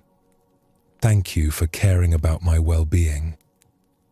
When shame is met with this kind of understanding acceptance, it often reveals what it's really protecting: your tender heart, your deep desire to belong, your longing to be seen and appreciated for who you truly are. These are beautiful, human needs that deserve compassion, not judgment. Both fear and shame lose their grip on us when we stop seeing them as enemies and start seeing them as messengers. They're usually pointing towards something important: a wound that needs healing, a need that requires attention, or a part of ourselves that has been exiled and wants to come home. The practice is to approach these difficult emotions the way Pema learned to approach his fear, with curiosity, kindness, and patience. Not trying to fix them or get rid of them, but creating space for them to be present and to share what they have to teach us. This kind of inner work takes time and gentleness. You can't force emotional healing any more than you can force a flower to bloom by pulling on its petals. But you can create the conditions for transformation by offering your own difficult emotions the same compassion you would offer a frightened child. In a small village at the foot of Mount Fuji, where cherry trees lined the streets and the sound of temple bells drifted through the morning air, there lived a potter whose workshop had been passed down through 5 generations of his family. The potter's name was Kenji, and he was known throughout the region for creating vessels of extraordinary beauty and perfect craftsmanship. Kenji had learned his art from his father, who had learned from his father before him, in an unbroken lineage of masters stretching back over 2 centuries. Every technique, every secret of the clay and the fire had been carefully preserved and transmitted. The family's reputation was built on creating flawless works that were treasured by tea masters and collectors throughout Japan. This legacy was both Kenji's greatest pride and his heaviest burden. From childhood, he had been taught that anything less than perfection was failure, that a single flaw could destroy the honor of generations of master craftsmen. He worked with meticulous care, discarding countless pieces that contained even the smallest imperfection. One day, a young man named Hiroshi came to Kenji's workshop asking to become an apprentice. Hiroshi was the son of a farmer, with rough hands and no experience with clay, but his eyes held a deep love for beautiful things and a sincere desire to learn. Kenji agreed to teach him, though he wondered if someone from such humble beginnings could ever master the refined art his family had perfected. Hiroshi threw himself into learning with wholehearted enthusiasm. He arrived at the workshop before dawn and stayed until well after sunset, practicing the basic movements again and again. His early attempts were clumsy and crude, but he approached each failure with good humor and determination. As months passed, Hiroshi's skill improved steadily. His vessels became more elegant, his glazes more sophisticated. But he had one persistent problem. No matter how careful he was, many of his pieces developed small cracks during the firing process. Some cracked while cooling in the kiln, others developed hairline fractures days or weeks later.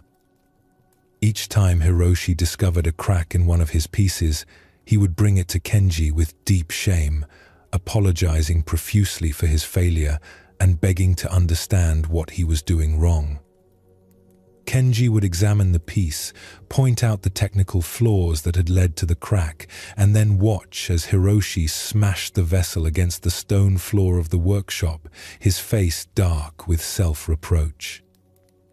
"A true craftsman creates only perfect pieces," Hiroshi would say as he swept up the shards. "These failures dishonor the tradition you've shared with me." This pattern continued for over a year.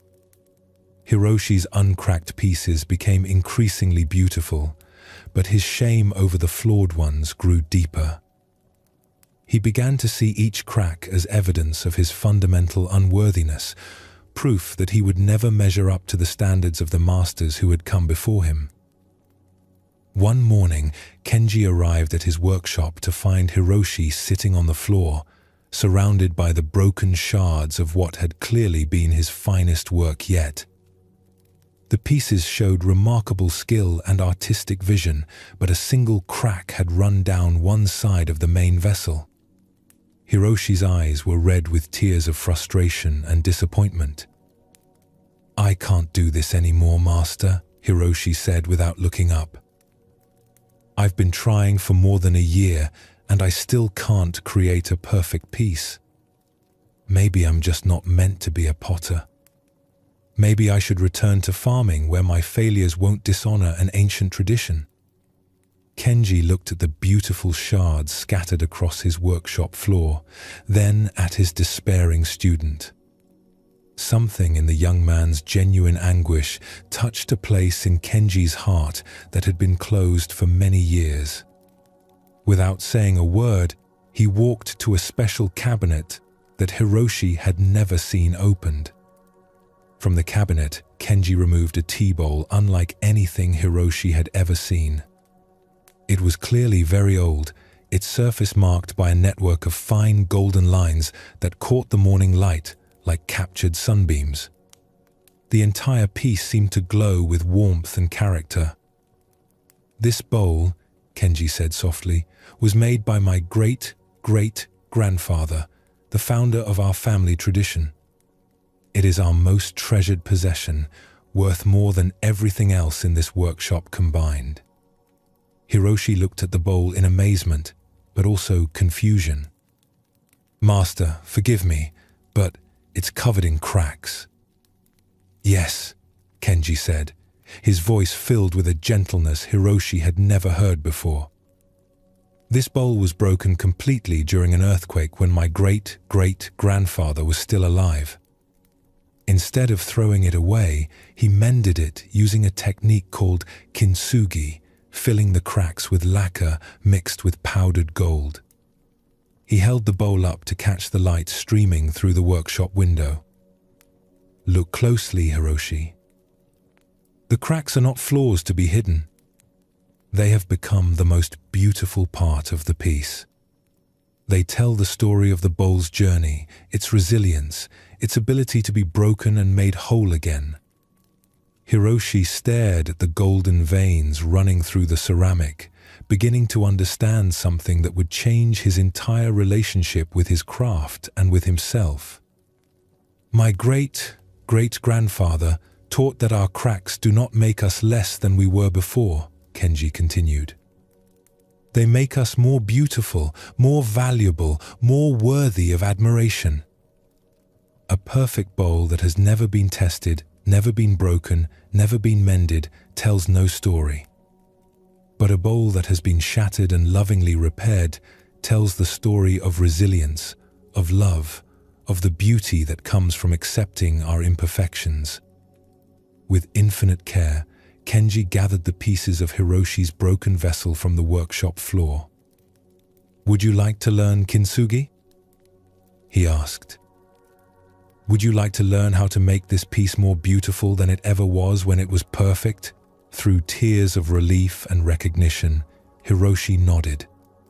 As they worked together to mend the broken pottery with threads of gold, both master and student discovered something profound about the nature of true beauty and the healing power of embracing our flaws rather than hiding them. This story reveals something beautiful about shame and how we can transform our relationship with our perceived failures and imperfections. Most of us are taught, like Hiroshi, that our worth depends on being flawless, that any crack in our performance or character makes us less valuable, less lovable, less worthy of respect. But the art of kintsugi teaches us something radically different. Our breaks and cracks, our failures and imperfections can become the most beautiful and valuable parts of who we are. When we learn to honor our wounds rather than hide them, when we find ways to mend ourselves with golden care rather than throwing ourselves away, we discover a beauty that untested perfection could never achieve. Shame tells us that our flaws make us fundamentally defective, that we must hide our struggles and failures to be worthy of love and acceptance. It whispers that everyone else has figured out how to be perfect while we alone are broken. But this is one of shame's cruelest lies. Every human being has cracks, has been broken in some way, has areas where they feel inadequate or wounded. The difference between those who suffer under shame and those who have learned to transform it lies not in the presence or absence of flaws, but in how we relate to our imperfections. When we try to hide our cracks, they remain sources of pain and vulnerability. But when we learn to acknowledge them with the same kind of loving attention that the potter brought to mending broken pottery, they can become sources of wisdom, compassion, and authentic beauty. This doesn't mean celebrating our mistakes or refusing to grow and improve. It means recognizing that our struggles and failures are not evidence of our unworthiness, but proof of our courage to try, to risk, to be vulnerable in a world that often feels unsafe. The golden lines in kintsugi pottery represent something profound about healing. They don't try to make the cracks invisible or pretend the breaking never happened.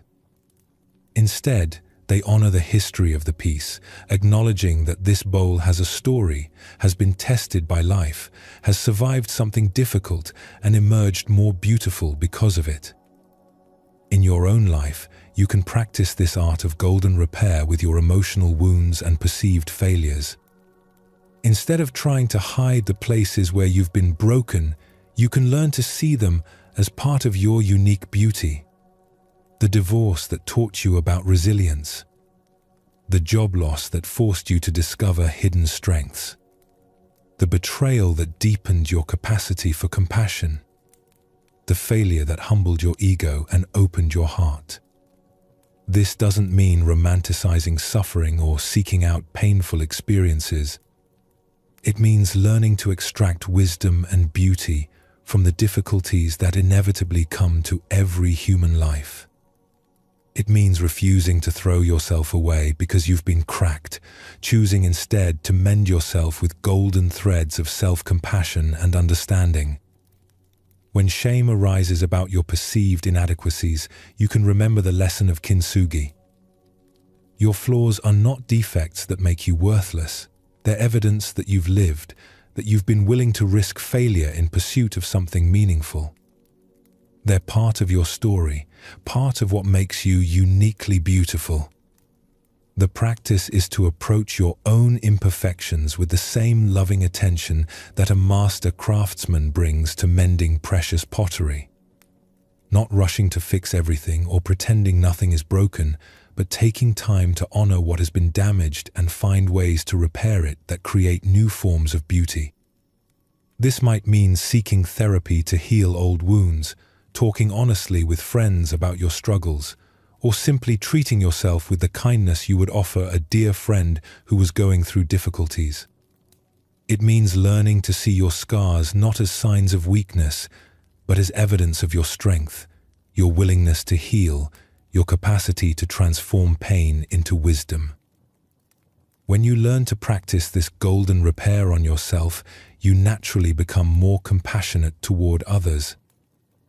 You begin to see that everyone is walking around with their own invisible cracks, their own hidden struggles, their own need for gentle mending. This recognition dissolves the isolation that shame creates and connects you to the shared human experience of being beautifully, imperfectly whole. Tonight, as you prepare for rest, you can bring this spirit of golden repair to any areas of shame or self-criticism that may be active in your mind. Instead of trying to fix these feelings or judge yourself for having them, you can offer them the same gentle attention you would bring to mending something precious that had been broken. Your imperfections are not obstacles to your worth. They're part of what makes you irreplaceably valuable. Like the golden lines in Japanese pottery, they tell the story of a life fully lived, fully risked, fully loved. Rest in this understanding and let the gentle art of self-compassion fill any cracks in your heart with threads of pure gold. In a quiet temple nestled in the hills outside Kyoto, where bamboo groves swayed gently in the evening breeze and the sound of a small stream provided constant peaceful music, there lived a monk whose contemplative life was about to be dramatically disrupted. Brother Jishin had spent 3 years at Tranquil Waters Temple, developing a deep meditation practice and finding profound peace in the predictable rhythms of monastic life. He rose before dawn for sitting practice, worked quietly in the temple gardens during the day, and spent his evenings in study and reflection. His cell was simple, but perfectly arranged, his mind clear and calm, his heart filled with contentment. The source of his disruption arrived on a humid summer morning in the form of his new neighbor. The house next to the temple had been empty for months, but now it had been purchased by a man named Tanaka, who seemed to possess no understanding whatsoever of the peaceful atmosphere that the monks worked so hard to maintain. Tanaka was a merchant who dealt in metal goods, and he had decided to set up a workshop behind his house where he could craft his wares. From early morning until late evening, the sound of hammering, sawing, and metal grinding shattered the tranquil silence that Jishin had come to cherish. But the noise was only the beginning. Tanaka had a loud voice that he used liberally, calling out to his workers, haggling with customers, and engaging in boisterous conversations that carried clearly across the temple grounds. He seemed to conduct his business as if the entire neighborhood were his workshop, with no consideration for others who might value quiet. Worse still, Tanaka appeared to take particular delight in starting his loudest work precisely during the temple's meditation times. The morning sitting period, which had always been Jishin's most peaceful hour, became an exercise in enduring the rhythmic pounding of metal on metal. The evening contemplation, once a time of deep reflection, was now punctuated by the grating sound of saws cutting through wood and iron. Within a week, Jishin's carefully cultivated peace had evaporated. During meditation, instead of attending to his breath, he found himself listening for the next disruption, his jaw clenched with anticipation of more noise. When silence did occur, he couldn't relax into it because he knew it was only temporary. His frustration grew daily. He began to have elaborate fantasies about confronting Tanaka, imagining speeches about respect and consideration for others. He plotted ways to complain to local authorities about noise violations. He even considered requesting a transfer to another temple, despite his deep love for tranquil waters. One morning, after a particularly sleepless night filled with late evening hammering, Jishin went to see the temple's abbot, Master Iko. Iko was an elderly monk with eyes that seemed to hold both infinite patience and subtle humor, someone who had guided the temple community through many challenges over the decades. "Master," Jishin said, trying to keep his voice calm and respectful, "I need to speak with you about our neighbor. His noise-making is destroying the peaceful atmosphere of our temple. Surely we must do something to protect our practice environment." Master Eko listened quietly as Jishin described his struggle with Tanaka's disruptions, his attempts to meditate through the noise, his growing anger and frustration. When Jishin finished his complaint, the master sat in silence for several long minutes, his expression thoughtful. "Tell me, Brother Jishin," Iko said finally, "what do you think this man is here to teach you?" Jishin was taken aback by the question. "Teach me?" "Master, he's not teaching anything. He's preventing me from learning by destroying our quiet environment." "Really?" Eiko asked, his eyes twinkling with gentle amusement. "You have been practicing meditation for 3 years in perfect silence. You have developed the ability to concentrate when conditions are ideal. But what happens when conditions are not ideal? What happens when life does not cooperate with your preferences?" Jishin felt something shift inside him, a small crack in his certainty about who was right and who was wrong in this situation. "This merchant," Iko continued, "has appeared at exactly the right time to show you where your practice is still incomplete. Any student can find peace in a perfectly quiet environment. But can you find peace when life is noisy, chaotic, and uncooperative? Can you maintain equanimity when others don't behave as you think they should?" The master gestured toward the window, where the faint sound of Tanaka's morning work was already beginning. Your neighbor is offering you advanced training in patience, acceptance, and non-attachment. He is showing you that true peace cannot depend on external conditions. If your serenity can be destroyed by the sound of hammering, how deep is it really? Jishin sat in silence, realizing that he had been seeing his situation completely backwards. He had been viewing Tanaka as an obstacle to his spiritual development when he was actually being offered an extraordinary opportunity for growth. But Master, how do I practice with such constant disturbance? The same way you practiced with constant silence, Iko replied. You sit, you breathe, you observe whatever arises, whether it's the sound of a bell or the sound of a hammer. The practice is not to control your environment, but to maintain awareness regardless of what your environment contains. That evening, Jishin approached his meditation with completely new understanding. When Tanaka's hammering began, instead of tensing against it, Jishin included it in his awareness. Instead of seeing it as disruption, he experienced it as part of the rich texture of life unfolding around him. Instead of fighting for quiet, he found a deeper quiet that could hold all sounds without being disturbed by them. Over the following months, Jishin's practice deepened in ways he had never imagined possible.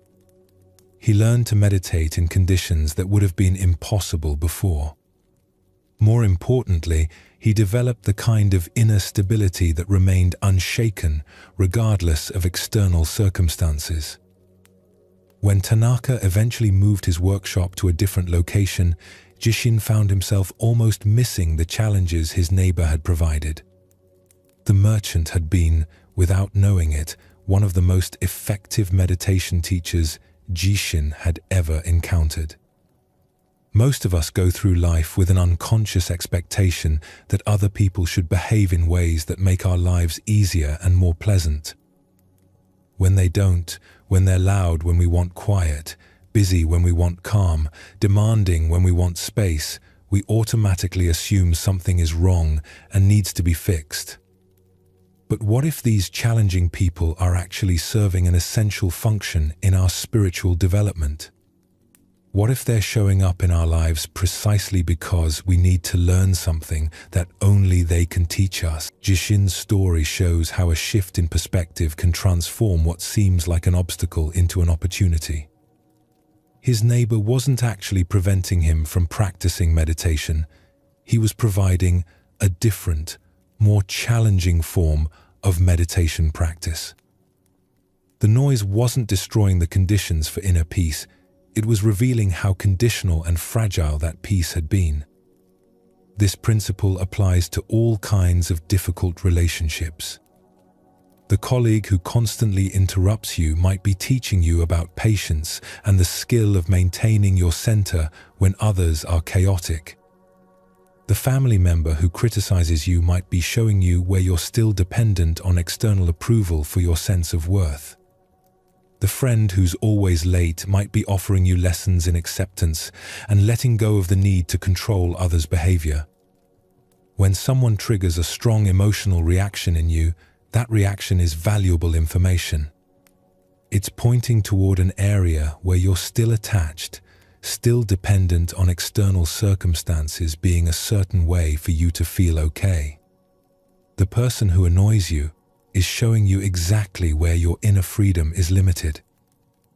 When you can see every difficult person as a teacher who has volunteered to play the challenging role in your life's curriculum, something remarkable happens. You stop taking their behavior so personally. You become curious about what you're meant to learn rather than angry about what you're experiencing. You develop gratitude for the growth opportunities that life provides, even when they come in uncomfortable packages. In the fertile valleys of southern China, where terraced fields climbed hillsides like giant steps and ancient irrigation channels carried mountain water to countless crops, there lived a farmer named Huang Wei who had inherited both his land and his approach to farming from 4 generations of ancestors. Huang Wei's family had always been known for their abundant harvests, but Huang Wei himself was determined to do even better than his forebears. He had read about new farming techniques from distant provinces, studied the timing of planting and harvesting in unprecedented detail, and developed elaborate plans for maximizing the productivity of every inch of his land. Unlike his father and grandfather, who had farmed according to the natural rhythms of the seasons and the subtle signs they read in weather patterns and soil conditions, Huang Wei tried to impose his will upon the land. He planted crops when his calculations said they should be planted, regardless of whether the soil felt ready. He forced irrigation when his schedule demanded it, even if the natural water table was low. He pushed his workers and animals to maintain the pace he had determined was optimal, regardless of their natural energy cycles. For the first few years, Huang Wei's approach seemed successful. His meticulous planning and relentless effort produced good harvests, and he began to think that his scientific approach was superior to the old-fashioned methods his family had always used. But gradually, problems began to emerge. Crops that were forced to grow out of their natural timing became more susceptible to diseases. Soil that was overworked began to lose its fertility. Workers who were pushed beyond their natural rhythms became exhausted and made more mistakes. Animals that were driven too hard became sick and less productive. The crisis came during Huang Wei's 5th year of intensive farming. That spring brought unusual weather patterns, late rains followed by an early drought, then sudden floods that washed away carefully prepared seedbeds. According to Huang Wei's detailed plans, this was the year for his most ambitious planting schedule yet. He had invested heavily in seeds and equipment, borrowed money against future harvests, and committed to deliver specific quantities of grain to merchants in the provincial capital. Despite the challenging weather, Huang Wei determined to stick to his plan. He replanted washed-out fields multiple times, used precious well water to irrigate during the drought, and worked his people and animals from dawn to dusk, trying to make up for lost time. By midsummer, it was clear that the struggle was not working. The repeatedly replanted crops were weak and struggling. The overworked soil was compacted and resistant to both water and root growth. The exhausted workers were making costly errors, and several of his best animals had fallen ill from overwork.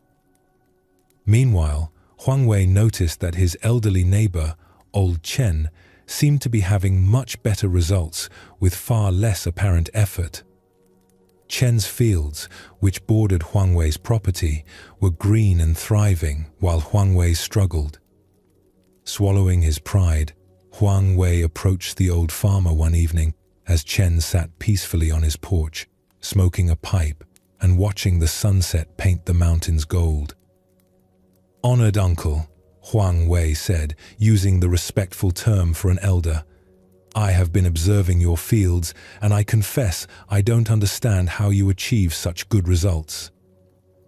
What techniques are you using? What is your planting schedule?" Old Chen chuckled softly, his weathered face creasing with gentle amusement. "I use the same techniques my grandfather taught me, and his grandfather taught him. I plant when the earth is ready, harvest when the crops are ripe, and rest when the land needs rest." "But what about efficiency? What about maximizing productivity?" Huang Wei asked, his voice reflecting his frustration with his own struggles. "Come," Chen said, rising slowly from his chair. "Let me show you something." He led Huang Wei to a small stream that ran between their properties. The water moved smoothly around rocks and fallen logs, finding the easiest path through the landscape. Where the stream was wide and shallow, the water spread out and flowed gently. Where the banks narrowed, it moved more quickly. When it encountered a large boulder, it didn't try to push through, but flowed around, always finding a way forward. "Watch the water," Chen said quietly. "Does it fight against the rocks? Does it struggle to flow uphill? Does it exhaust itself trying to be somewhere other than where it is?" Huang Wei watched the stream for several minutes, beginning to understand something he had never considered before. The water accomplishes its goal of reaching the sea not through force, but through constant, patient movement in harmony with the landscape it encounters, Chen continued. It works with gravity, not against it. It adapts to obstacles instead of fighting them. It finds the natural path rather than insisting on an artificial one. They walked slowly through Chen's fields as the old farmer explained his approach. He planted different crops in different areas based on subtle variations in soil composition and drainage. He rotated his plantings not according to a rigid schedule, but based on what each field seemed to need. He worked with the natural energy cycles of his workers and animals, recognizing that sustainable productivity came from sustainable practices. This spring's unusual weather was challenging for everyone, Chen said as they stopped beside a thriving field of rice. But instead of fighting against it, I asked myself, what is this weather trying to teach me? What opportunities might it be offering? He pointed to a section of his land that had been flooded early in the season. Instead of immediately replanting it with his original plan, Chen had observed how the water naturally pooled in that area and decided to create a small pond for raising fish. The fish not only provided food and income, but also fertilized the surrounding soil with their waste. Young farmers often think that success comes from imposing their will upon the land, Chen said as they completed their tour. But wise farmers learn to dance with the land, to work with its nature rather than against it. The earth is not our enemy to be conquered, but our partner in the dance of growth and harvest. Over the following months, Huang Wei gradually transformed his approach to farming. Instead of rigid schedules, he learned to read the subtle signs that indicated when crops were ready for each stage of development. Instead of pushing his workers to exhaustion, he discovered that well-rested people were more creative and efficient. Instead of forcing maximum production from every field every year, he implemented rotations that allowed the soil to restore its fertility naturally. The immediate result was less stress and more enjoyment in his daily work. The long-term result was healthier soil, more resilient crops, and ultimately higher productivity achieved through sustainable methods. Most importantly, Huang Wei discovered the deep satisfaction that comes from working in harmony with natural forces rather than constantly struggling against them. This story reveals something profound about how we can approach not just farming, but every aspect of our lives. Most of us have been conditioned to believe that success comes from force, from pushing harder, from overcoming resistance through sheer willpower. But nature teaches us a different way, the path of intelligent cooperation with the forces already at work in our lives. Old Chen's stream offers a perfect metaphor for this alternative approach. Water accomplishes its goal of reaching the sea not through struggle, but through persistent movement in harmony with the landscape it encounters. It doesn't waste energy fighting against obstacles, but finds creative ways to flow around them. It doesn't exhaust itself trying to move uphill, but follows the natural pull of gravity. This is what wise teachers mean when they speak of living according to nature or following the natural way. It's not about becoming passive or giving up our goals, but about learning to distinguish between effort that works with life's natural patterns and struggle that works against them.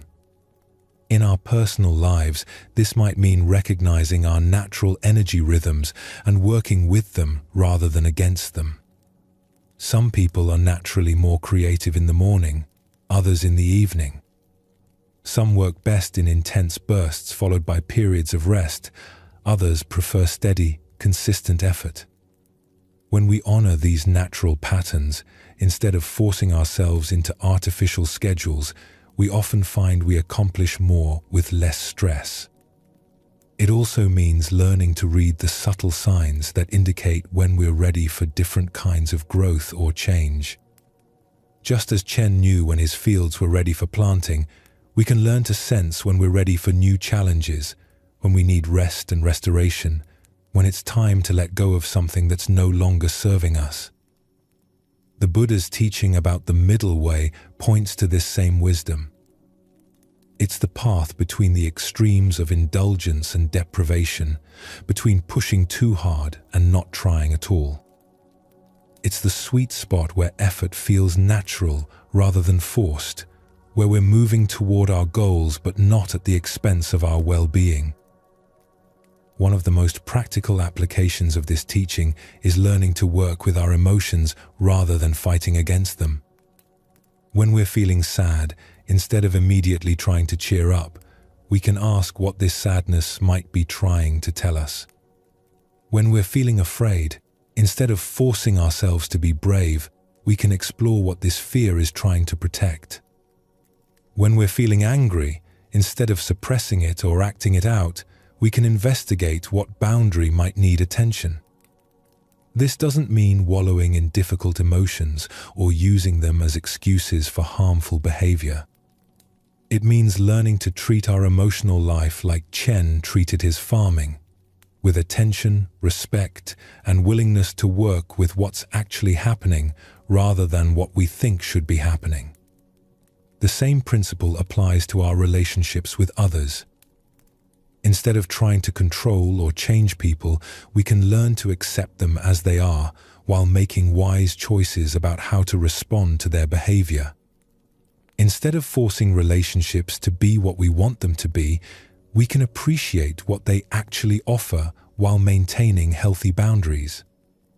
Living according to nature also means accepting the cycles and seasons of life. Just as Chen understood that fields need periods of rest to maintain their fertility, we can learn to honor the times in our lives when we need to step back, reflect, and restore our energy rather than constantly pushing for external achievement. This might mean taking breaks when we're feeling overwhelmed, saying no to commitments that don't align with our values, or allowing ourselves to grieve losses fully rather than rushing to move on.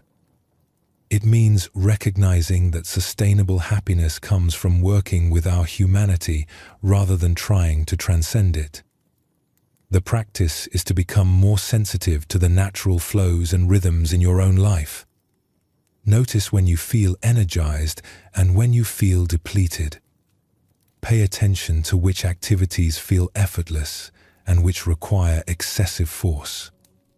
Observe which relationships feel nourishing and which feel draining. This doesn't mean only doing what's easy or avoiding all challenges. It means learning to distinguish between effort that feels aligned with your deepest nature and struggle that comes from fighting against yourself or life's natural patterns. Good effort feels like flowing downstream rather than swimming upstream, like dancing rather than wrestling. On the slopes of Mount Eme, where ancient temples perched on misty peaks and pilgrims climbed stone steps worn smooth by countless feet, there grew a tree that had become famous throughout the region for its remarkable ability to survive in impossible conditions. The tree was an ancient pine, over 300 years old, that clung to a narrow ledge of rock high on the mountain face. Its roots had somehow found purchase in tiny cracks in the stone, drawing sustenance from minimal soil and rainwater that collected in the crevices. Despite facing fierce winds, ice storms, lightning strikes, and occasional rockfalls, the tree not only survived but thrived, its branches reaching toward the sky with graceful strength. Pilgrims would often stop to marvel at this tree, wondering how it managed to flourish in such challenging conditions. Many would sit beneath its sparse shade to rest and contemplate the lessons it might offer about resilience and endurance.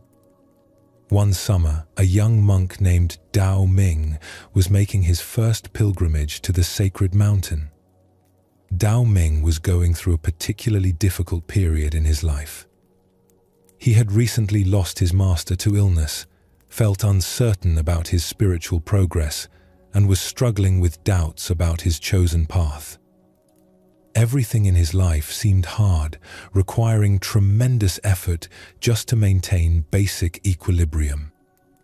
When Dao Ming reached the famous tree, he was exhausted from the climb and discouraged by his own struggles. He sat beneath its branches and looked up at its strong, flexible limbs swaying gently in the mountain breeze. "How do you do it?" he asked aloud, feeling somewhat foolish for talking to a tree, but desperate for guidance. "How do you stay strong when everything is against you?" To his surprise, an elderly woodcutter who had been gathering fallen branches nearby overheard his question and approached with a gentle smile. "You're asking the tree how it survives," the old man said, settling down beside Dao Ming on the rocky ledge. "I've been watching this tree for 60 years, and I think I can tell you its secret." The woodcutter's name was Lao Jiang, and he had spent his entire life in these mountains. His weathered hands and keen eyes spoke of decades of observing the natural world with close attention. "Look carefully at how this tree grows," Lao Jiang said, pointing to the pine's unusual shape. "See how its trunk curves and bends? Notice how its branches don't all reach straight up like trees in easier places, but extend in whatever direction they can find light and space." Dao Ming looked more closely and saw that the tree's form was indeed unusual. Instead of growing straight and tall like pines in more favorable conditions, this tree had adapted its entire structure to work with the constraints of its rocky environment.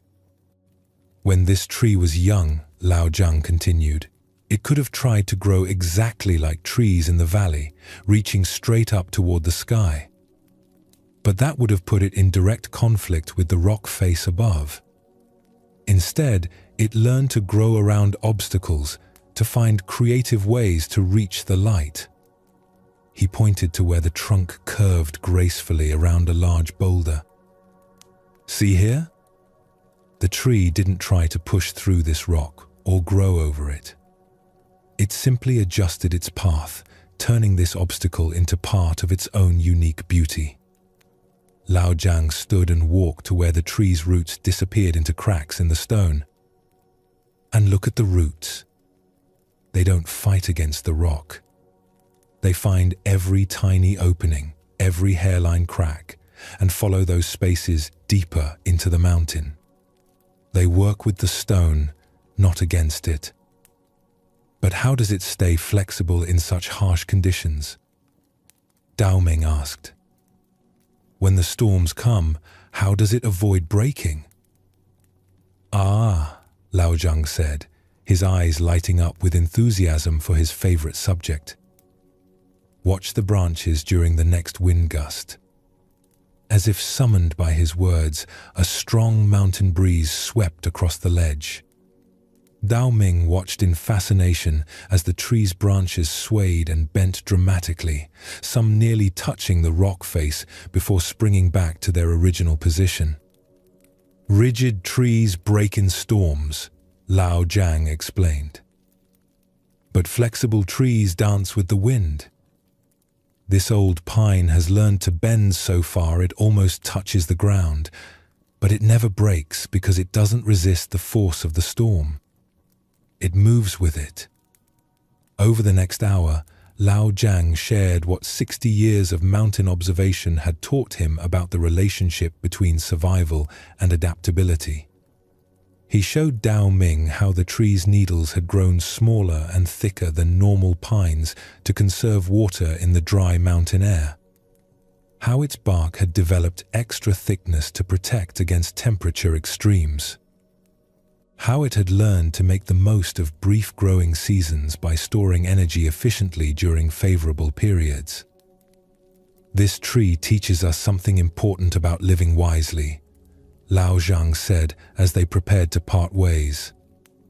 Life will always present us with conditions we cannot control. Storms will come. Resources will sometimes be scarce. Obstacles will appear in our path. We cannot change these realities. He placed his hand gently on the pine's curved trunk. But we can learn from this tree's example. We can develop flexibility instead of rigidity. We can find creative ways around obstacles instead of exhausting ourselves trying to break through them. We can put our roots down deep in whatever soil we find ourselves in, rather than constantly wishing we were planted somewhere else. Dao Ming felt something shift in his understanding of his own struggles. He had been approaching his challenges like a tree trying to grow straight up through solid rock using force and resistance.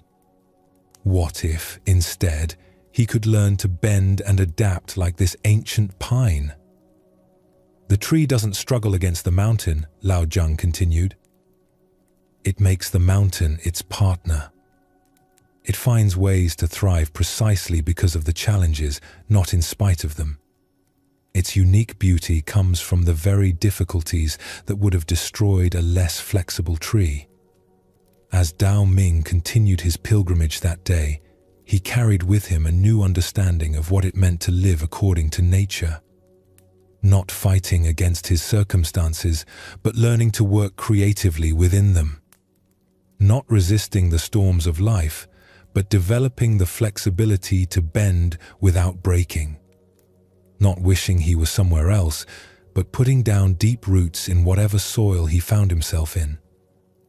Years later, when other young monks came to him with their struggles, Dao Ming would often tell them about the pine tree on Mount Ma and how it taught him that true strength comes not from rigidity, but from the wisdom to adapt, to bend, and to find beauty in the very conditions that seem most challenging.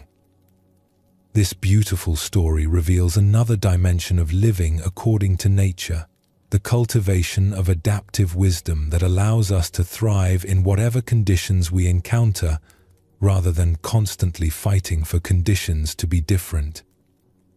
The pine tree on Mount Ma demonstrates something profound about resilience. Its strength doesn't come from being hard and unyielding, but from being flexible and creative in response to challenges. Instead of trying to grow like a tree in ideal conditions, it developed its own unique form that worked with the constraints of its environment. This teaches us something important about how to approach our own life circumstances. Most of us spend enormous energy wishing our situation were different, fighting against conditions we cannot control, or trying to force our lives to match some ideal image we have in our minds. But this approach often leads to frustration and exhaustion, like a tree trying to grow straight through solid rock. The alternative that nature teaches is adaptive creativity. When we encounter obstacles, instead of seeing them as problems to be eliminated, we can ask, how can I work with this? What new possibilities might this challenge open up? How can I find a way around this that creates something beautiful and unique? This doesn't mean settling for less or giving up our dreams. The pine tree never stopped reaching toward the light, it just found a creative path to get there. Similarly, we can maintain our deepest aspirations while remaining flexible about how we achieve them. In practical terms, this might mean adapting our career goals when certain doors close, finding new ways to express our creativity when our original plans don't work out, or discovering unexpected forms of love and connection when relationships don't unfold as we expected. The tree's flexibility in storms offers another crucial lesson about emotional resilience. When difficult emotions arise, fear, anger, sadness, disappointment, we often try to resist them or fix them immediately. But the tree teaches us that sometimes the wisest response is to bend with the emotional storm, allowing ourselves to feel deeply without being broken by the experience. This kind of emotional flexibility means neither suppressing our feelings nor being completely overwhelmed by them, but finding the middle path of acknowledging what we're experiencing while maintaining our essential stability. Like the pine's branches that can bend almost to the ground but always spring back, we can allow ourselves to feel deeply while trusting in our fundamental resilience. The story also illustrates the importance of putting down deep roots wherever we find ourselves, rather than constantly waiting for better conditions to begin living fully. The tree didn't waste energy, wishing it had been planted in rich valley soil. It made the most of the rocky ledge where it found itself. Many of us postpone happiness or meaningful engagement with life because we're waiting for circumstances to improve. We think we'll be content when we get the right job, the right relationship, the right living situation. But the tree teaches us that we can develop deep roots and find nourishment even in challenging soil. This means learning to appreciate what our current situation offers rather than focusing only on what it lacks. It means finding ways to grow and contribute regardless of external limitations. It means developing the kind of inner resources that aren't dependent on perfect conditions. The tree's unique beauty, shaped by the very difficulties that would have destroyed a less adaptable tree, points to one of the most profound insights about human growth. Our struggles, limitations, and challenges don't have to be obstacles to our becoming who we're meant to be. They can become the very forces that shape us into something more beautiful and unique than we could have been without them. This perspective transforms how we relate to our problems and difficulties. Instead of seeing them only as things to be eliminated, we can ask, how might this challenge be shaping me in positive ways? What strengths is it helping me develop? What unique beauty might emerge from learning to thrive in these particular conditions? The practice is to cultivate what we might call adaptive presence, the ability to respond creatively to whatever life presents, rather than rigidly insisting that life conform to our expectations. This means developing flexibility of mind and heart, finding ways to work with reality rather than against it, and trusting that we can find beauty and meaning even in conditions that are far from ideal. When storms come in your life, whether they're external challenges or internal emotional upheavals, you can remember the lesson of the ancient pine. Bend, but don't break. Adapt, but don't give up your essential nature. Find creative ways around obstacles rather than exhausting yourself trying to break through them. Most importantly, remember that your unique beauty may emerge precisely from the challenges you face, not in spite of them. The conditions you might wish were different could be the very forces that are shaping you into someone more resilient, compassionate, and wise than you could have become in easier circumstances. Tonight, as you settle into rest, you can practice this adaptive presence with whatever you're experiencing right now.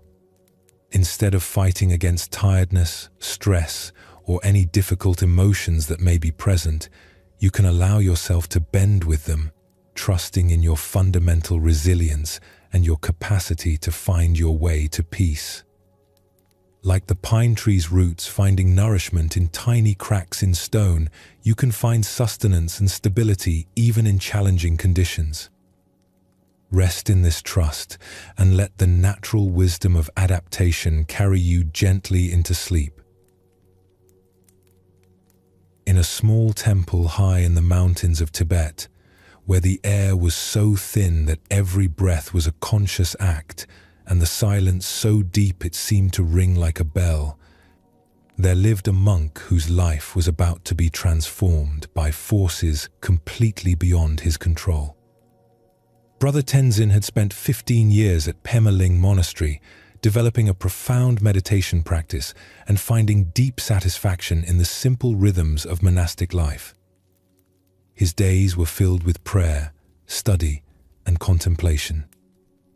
His small cell contained everything he needed: a sleeping mat, a few robes, his wooden bowl, and several cherished texts that had guided his spiritual development. Tenzin had never been a wealthy man, even before becoming a monk, but the monastery had always provided for his basic needs. There was simple food, adequate shelter, and the precious opportunity to dedicate his life to spiritual practice without worldly concerns. He felt genuinely grateful for this simple abundance and believed he had learned to appreciate life's essential gifts. One autumn morning, everything changed.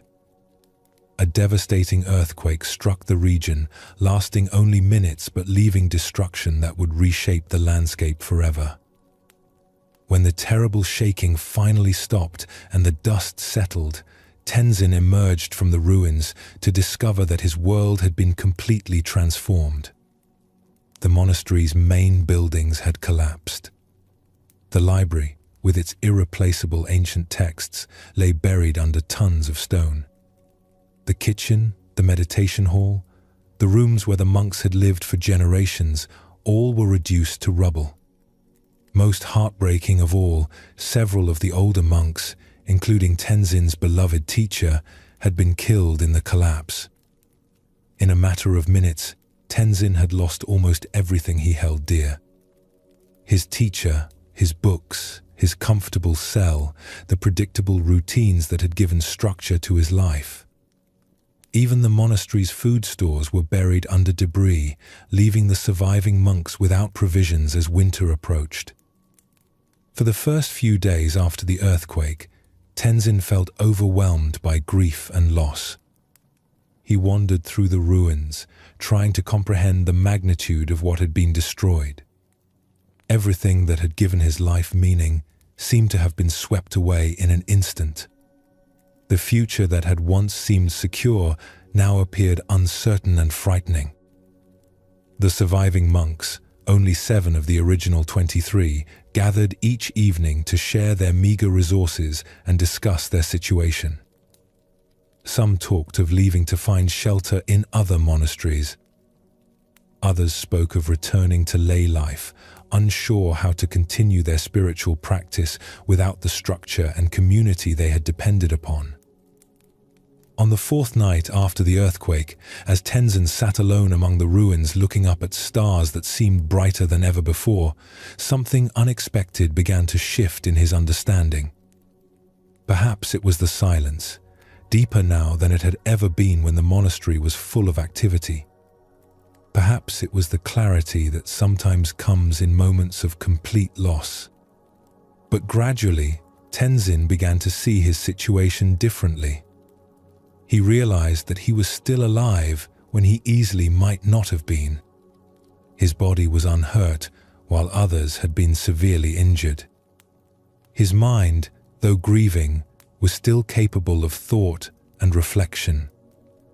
The teachings his teacher had given him over the years lived on in his memory and understanding, untouched by the earthquake.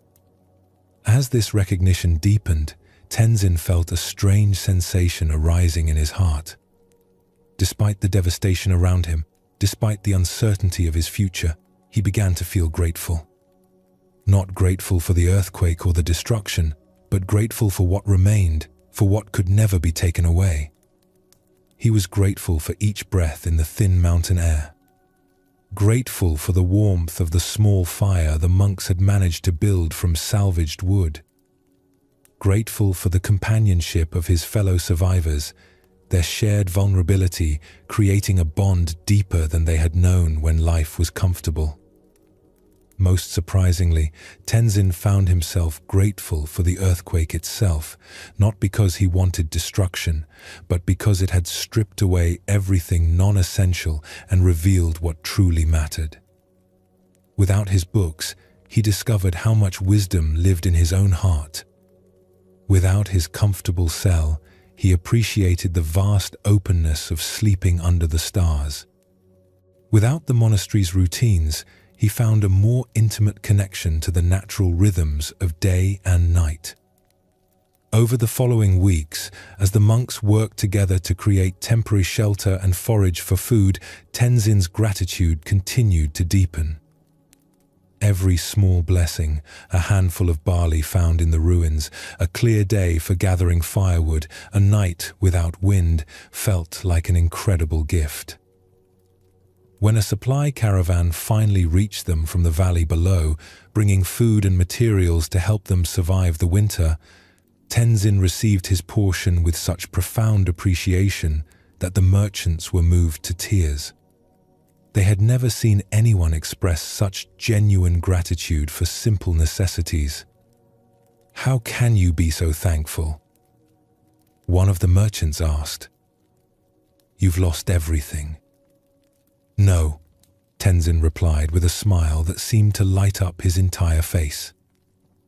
"I've lost many things, but I've discovered what can never be lost. I've found what was always here, but was hidden by my attachment to what I thought I needed." Through the hardest winter of his life, living in makeshift shelters and eating the simplest food, Tenzin experienced a joy and contentment deeper than any he had known during his comfortable years in the monastery. He had learned to find abundance in scarcity, wealth in simplicity, security in uncertainty. When spring came and plans were made to rebuild the monastery, Tenzin chose to remain in the mountains, living in a simple cave and supporting himself through the generosity of local villagers.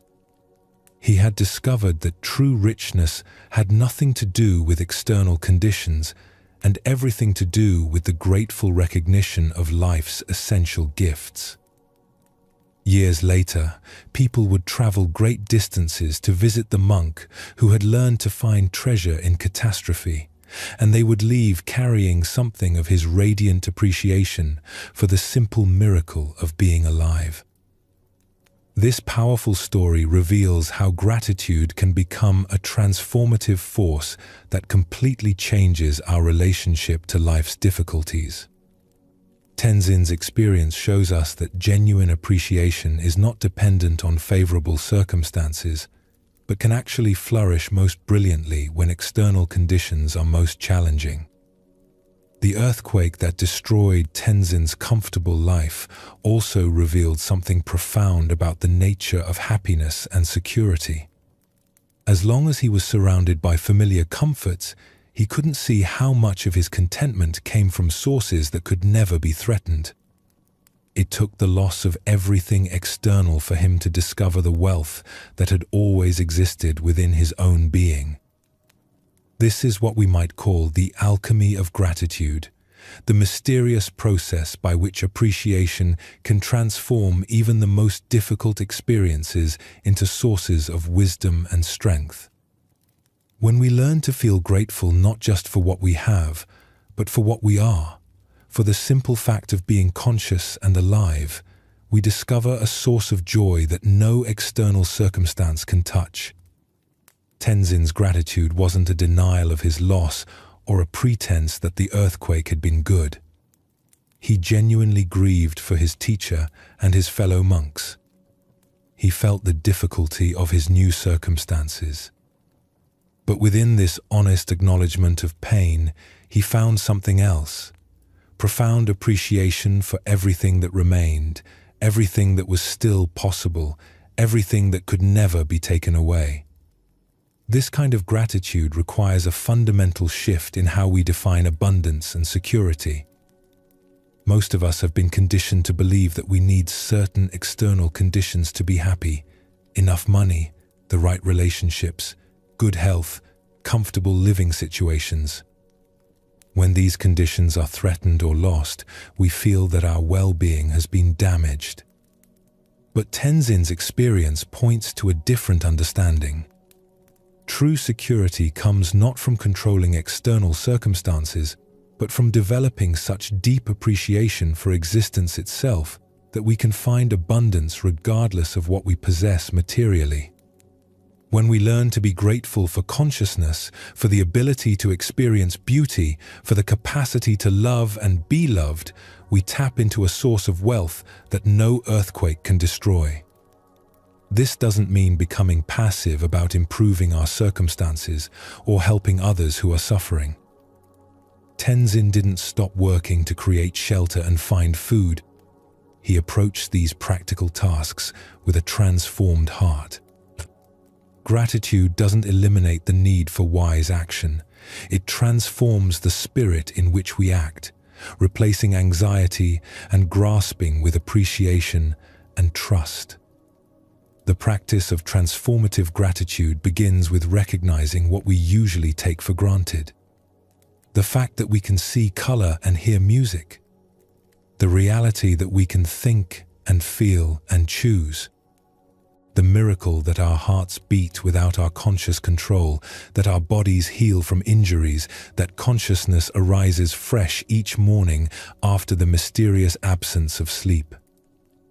When we really pay attention to these fundamental gifts, we begin to understand what Tenzin discovered.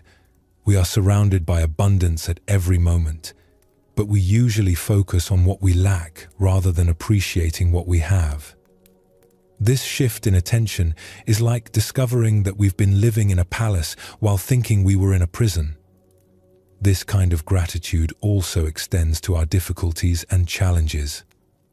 Not because we enjoy suffering, but because we can learn to appreciate how our struggles have contributed to our growth, our compassion, our wisdom. The relationship that ended taught us about our capacity for love. The job we lost forced us to discover hidden strengths. The illness showed us what really matters.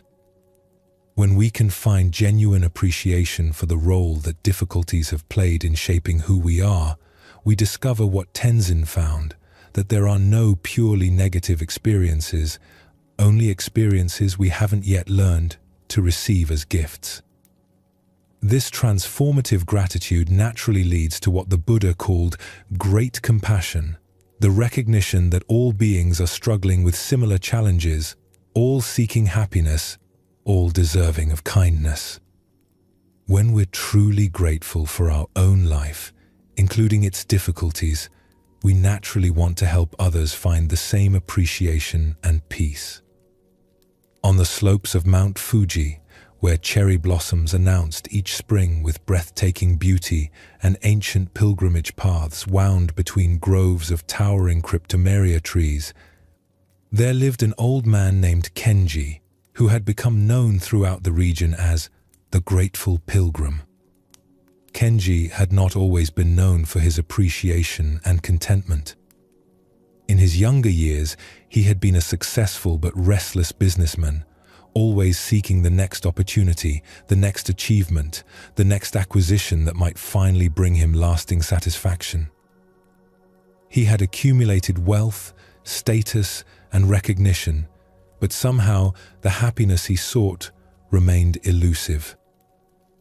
Now, at the age of 78, Kenji spent his days walking the ancient pilgrimage routes around Mount Fuji, not seeking anything particular, but simply appreciating the journey itself.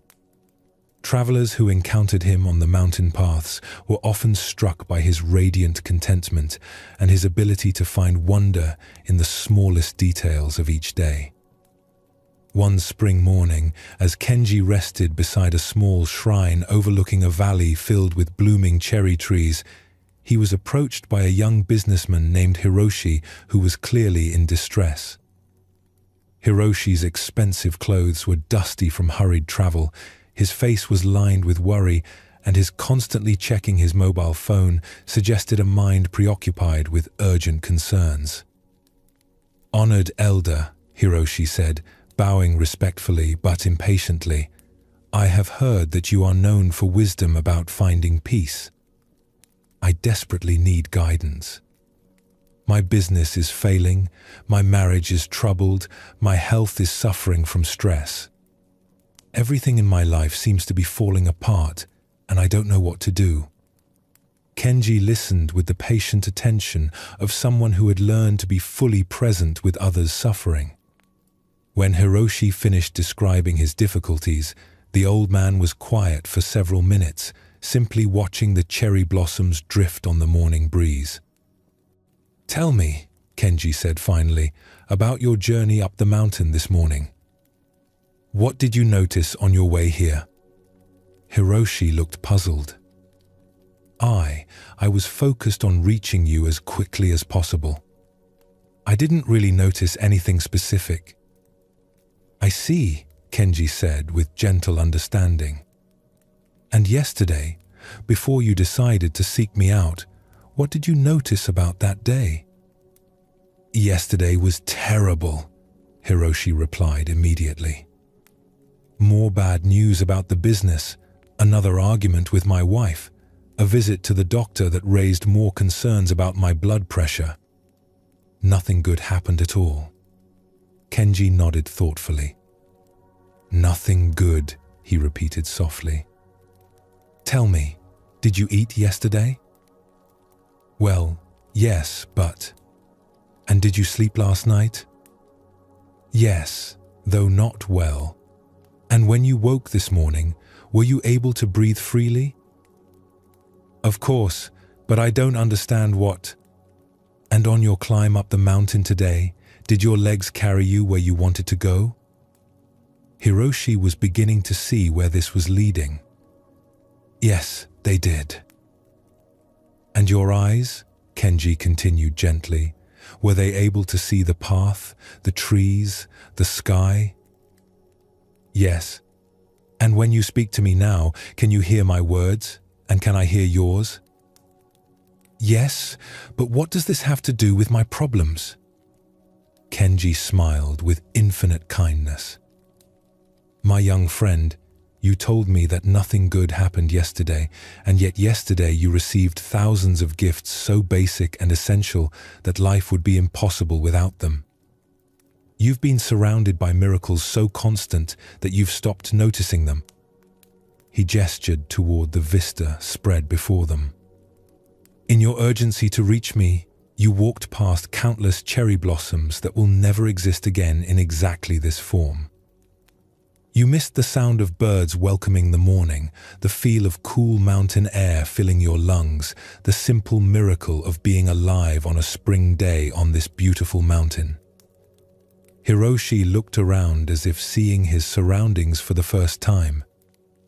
The view was indeed spectacular, the sacred mountain rising majestically against a clear blue sky, the valley below carpeted with pink and white blossoms, the ancient forest extending in all directions like a green sea. "I've been so focused on my problems," Hiroshi said slowly, "that I've been blind to everything else." "This is the human condition," Kenji replied with compassion. "We become so absorbed in what we lack, what we've lost, what we fear might happen, that we miss the abundance that surrounds us in every moment. We're like people dying of thirst while standing in a clear mountain stream." Over the next hour, Kenji shared the story of his own transformation. He described how his relentless pursuit of success had left him feeling empty and exhausted, how a heart attack at age 55 had forced him to reconsider what really mattered, how he had gradually learned to find contentment not by changing his circumstances, but by changing how he related to whatever circumstances he encountered. "I spent 40 years of my life waiting to be happy," Kenji said as they watched clouds drift across the mountain peaks. "Waiting for the next promotion, the next acquisition, the next achievement that would finally bring me satisfaction. But happiness was always just out of reach, always dependent on something that hadn't happened yet." He picked up a small stone from the path and held it in his weathered palm. "One day, sitting in a hospital bed after my heart attack, I realized that I had been looking for treasure in some distant place while ignoring the jewels scattered at my feet. I began to practice something very simple: Each morning, before thinking about my problems or my goals, I would spend a few minutes appreciating things that were so basic I had always taken them for granted. "What kinds of things?" Hiroshi asked. "The fact that I had survived another night and awakened to a new day. The reality that I could move my fingers and toes, that my senses were functioning, that I had access to clean water and nourishing food. The miracle that there were people in the world who loved me, even though I had often been too busy to fully appreciate their love." Kenji continued his practice right there on the mountain path, pointing out gifts that were immediately available. The sound of insects humming in the forest, evidence of countless small lives flourishing around them. The feel of solid earth beneath their bodies, supporting them completely. The fact that they could communicate with words, sharing thoughts and feelings across the space between minds. "The practice is simple," Kenji explained, "but it changes everything. When you start each day by acknowledging gifts you normally ignore, you discover that you're surrounded by abundance. Your problems don't disappear, but they stop feeling like the entire story of your life." Hiroshi spent the rest of the day walking with Kenji, learning to notice what had always been there but had become invisible through familiarity. The old man's capacity for appreciation was contagious. By evening, Hiroshi found himself genuinely marveling at things he had never paid attention to before. "Will this solve my business problems?" Hiroshi asked as they prepared to part ways. "Gratitude is not a magic formula for eliminating difficulties," Kenji replied. "But it will change how you meet those difficulties. When you're grounded in appreciation for what you have, you make decisions from clarity rather than desperation. When you remember how much support is already available to you, you approach challenges with confidence rather than fear." 6 months later, Hiroshi returned to Mount Fuji to thank the old pilgrim. His external circumstances had indeed changed, some problems resolved, others accepted, all approached with a fundamentally different spirit. But more importantly, he had discovered what Kenji had found, that happiness was not something to be achieved in the future, but something to be recognized in the present, hidden in plain sight among the ordinary miracles of daily existence. This concluding story brings together all the wisdom we have explored on our journey together, showing how gratitude becomes the natural culmination of deep understanding about the nature of life and consciousness. Kenji's transformation illustrates something profound about human happiness. We spend most of our lives seeking satisfaction in future achievements, while overlooking the abundance that surrounds us in every moment. This is not because we're foolish or ungrateful by nature, but because our minds are conditioned to focus on problems and deficiencies rather than gifts and blessings. The practice that Kenji taught Hiroshi, beginning each day by acknowledging usually invisible gifts, is one of the most powerful ways to cultivate the kind of appreciation that can transform our entire relationship to life. When we regularly notice what we typically take for granted, our breathing, our senses, our ability to think and feel, the people who love us, we begin to understand that we are immersed in abundance at every moment. This awareness naturally leads to what we might call foundational gratitude, appreciation for existence itself rather than just for favorable circumstances.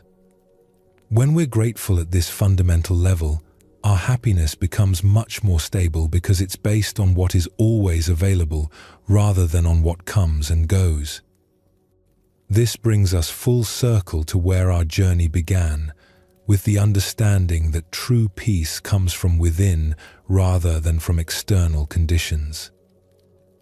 All the practices we have explored together, developing firm purpose, becoming emotionally untouchable, protecting our inner garden, transforming fear and shame, learning from every encounter, living ethically, flowing with natural rhythms, all of these culminate in the recognition that we already have everything we need for contentment. When Tenzin lost everything in the earthquake, he discovered that his deepest treasures could never be taken away. When Kenji stopped chasing future happiness, he found that fulfillment had been present all along, disguised as ordinary experience. This is the ultimate teaching, that the peace we seek is not something we must create or achieve, but something we can recognize right now, in this moment, with whatever circumstances we are currently experiencing. This doesn't mean pretending that difficulties don't exist or that all circumstances are equally pleasant.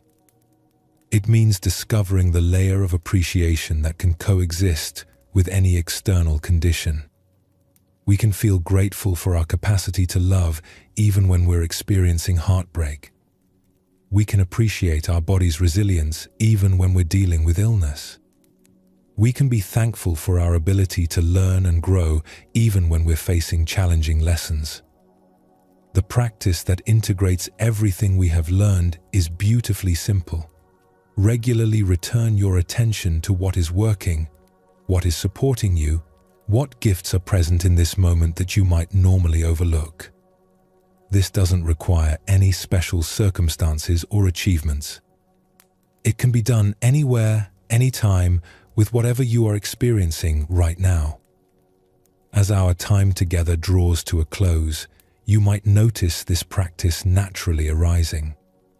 Perhaps you feel grateful for having the opportunity to explore these teachings, for the quietness of this moment, for the simple fact that you can rest and reflect. Perhaps you appreciate your breathing, steady and reliable, without any effort on your part. Perhaps you feel thankful for whatever supports you right now, the surface beneath you, the shelter around you, the peace that is available in this very instant. This capacity for appreciation is always accessible. It doesn't depend on perfect circumstances or special achievements. It's available in moments of joy and in moments of difficulty, in times of success and in times of struggle. When you remember this, you carry with you a source of contentment that no external circumstance can disturb. The Buddha spent his life pointing toward this simple recognition, that the peace we seek is not far away but intimately close, not complex but elegantly simple, not reserved for special people, but available to every conscious being. All the techniques and teachings are just different ways of removing the obstacles we place between ourselves and the natural contentment that is our birthright. Tonight, as you settle into rest, you can practice this ultimate teaching. Instead of focusing on what you need to do tomorrow or what problems need solving, you can simply appreciate this moment of peace. Feel grateful for the opportunity to rest, for the natural process that will restore your body and mind while you sleep, for the simple miracle of being alive and aware. Let this appreciation be the last conscious experience of your day. Allow yourself to feel genuinely thankful for the journey we have taken together, for the wisdom traditions that have preserved these teachings across centuries, for your own willingness to explore what it means to live with greater peace and understanding. And as you drift towards sleep, carry with you the recognition that this contentment, this sense of completion and gratitude, is always available to you. Not because you have achieved something special or learned complicated techniques, but because appreciation is the natural response of awareness when it recognizes its own inherent fullness. Sleep peacefully, knowing that you have everything you need for happiness right here, right now, in the simple fact of being conscious and alive. Rest in gratitude, and let this recognition of abundance carry you gently through the night. Thank you for walking this path with me.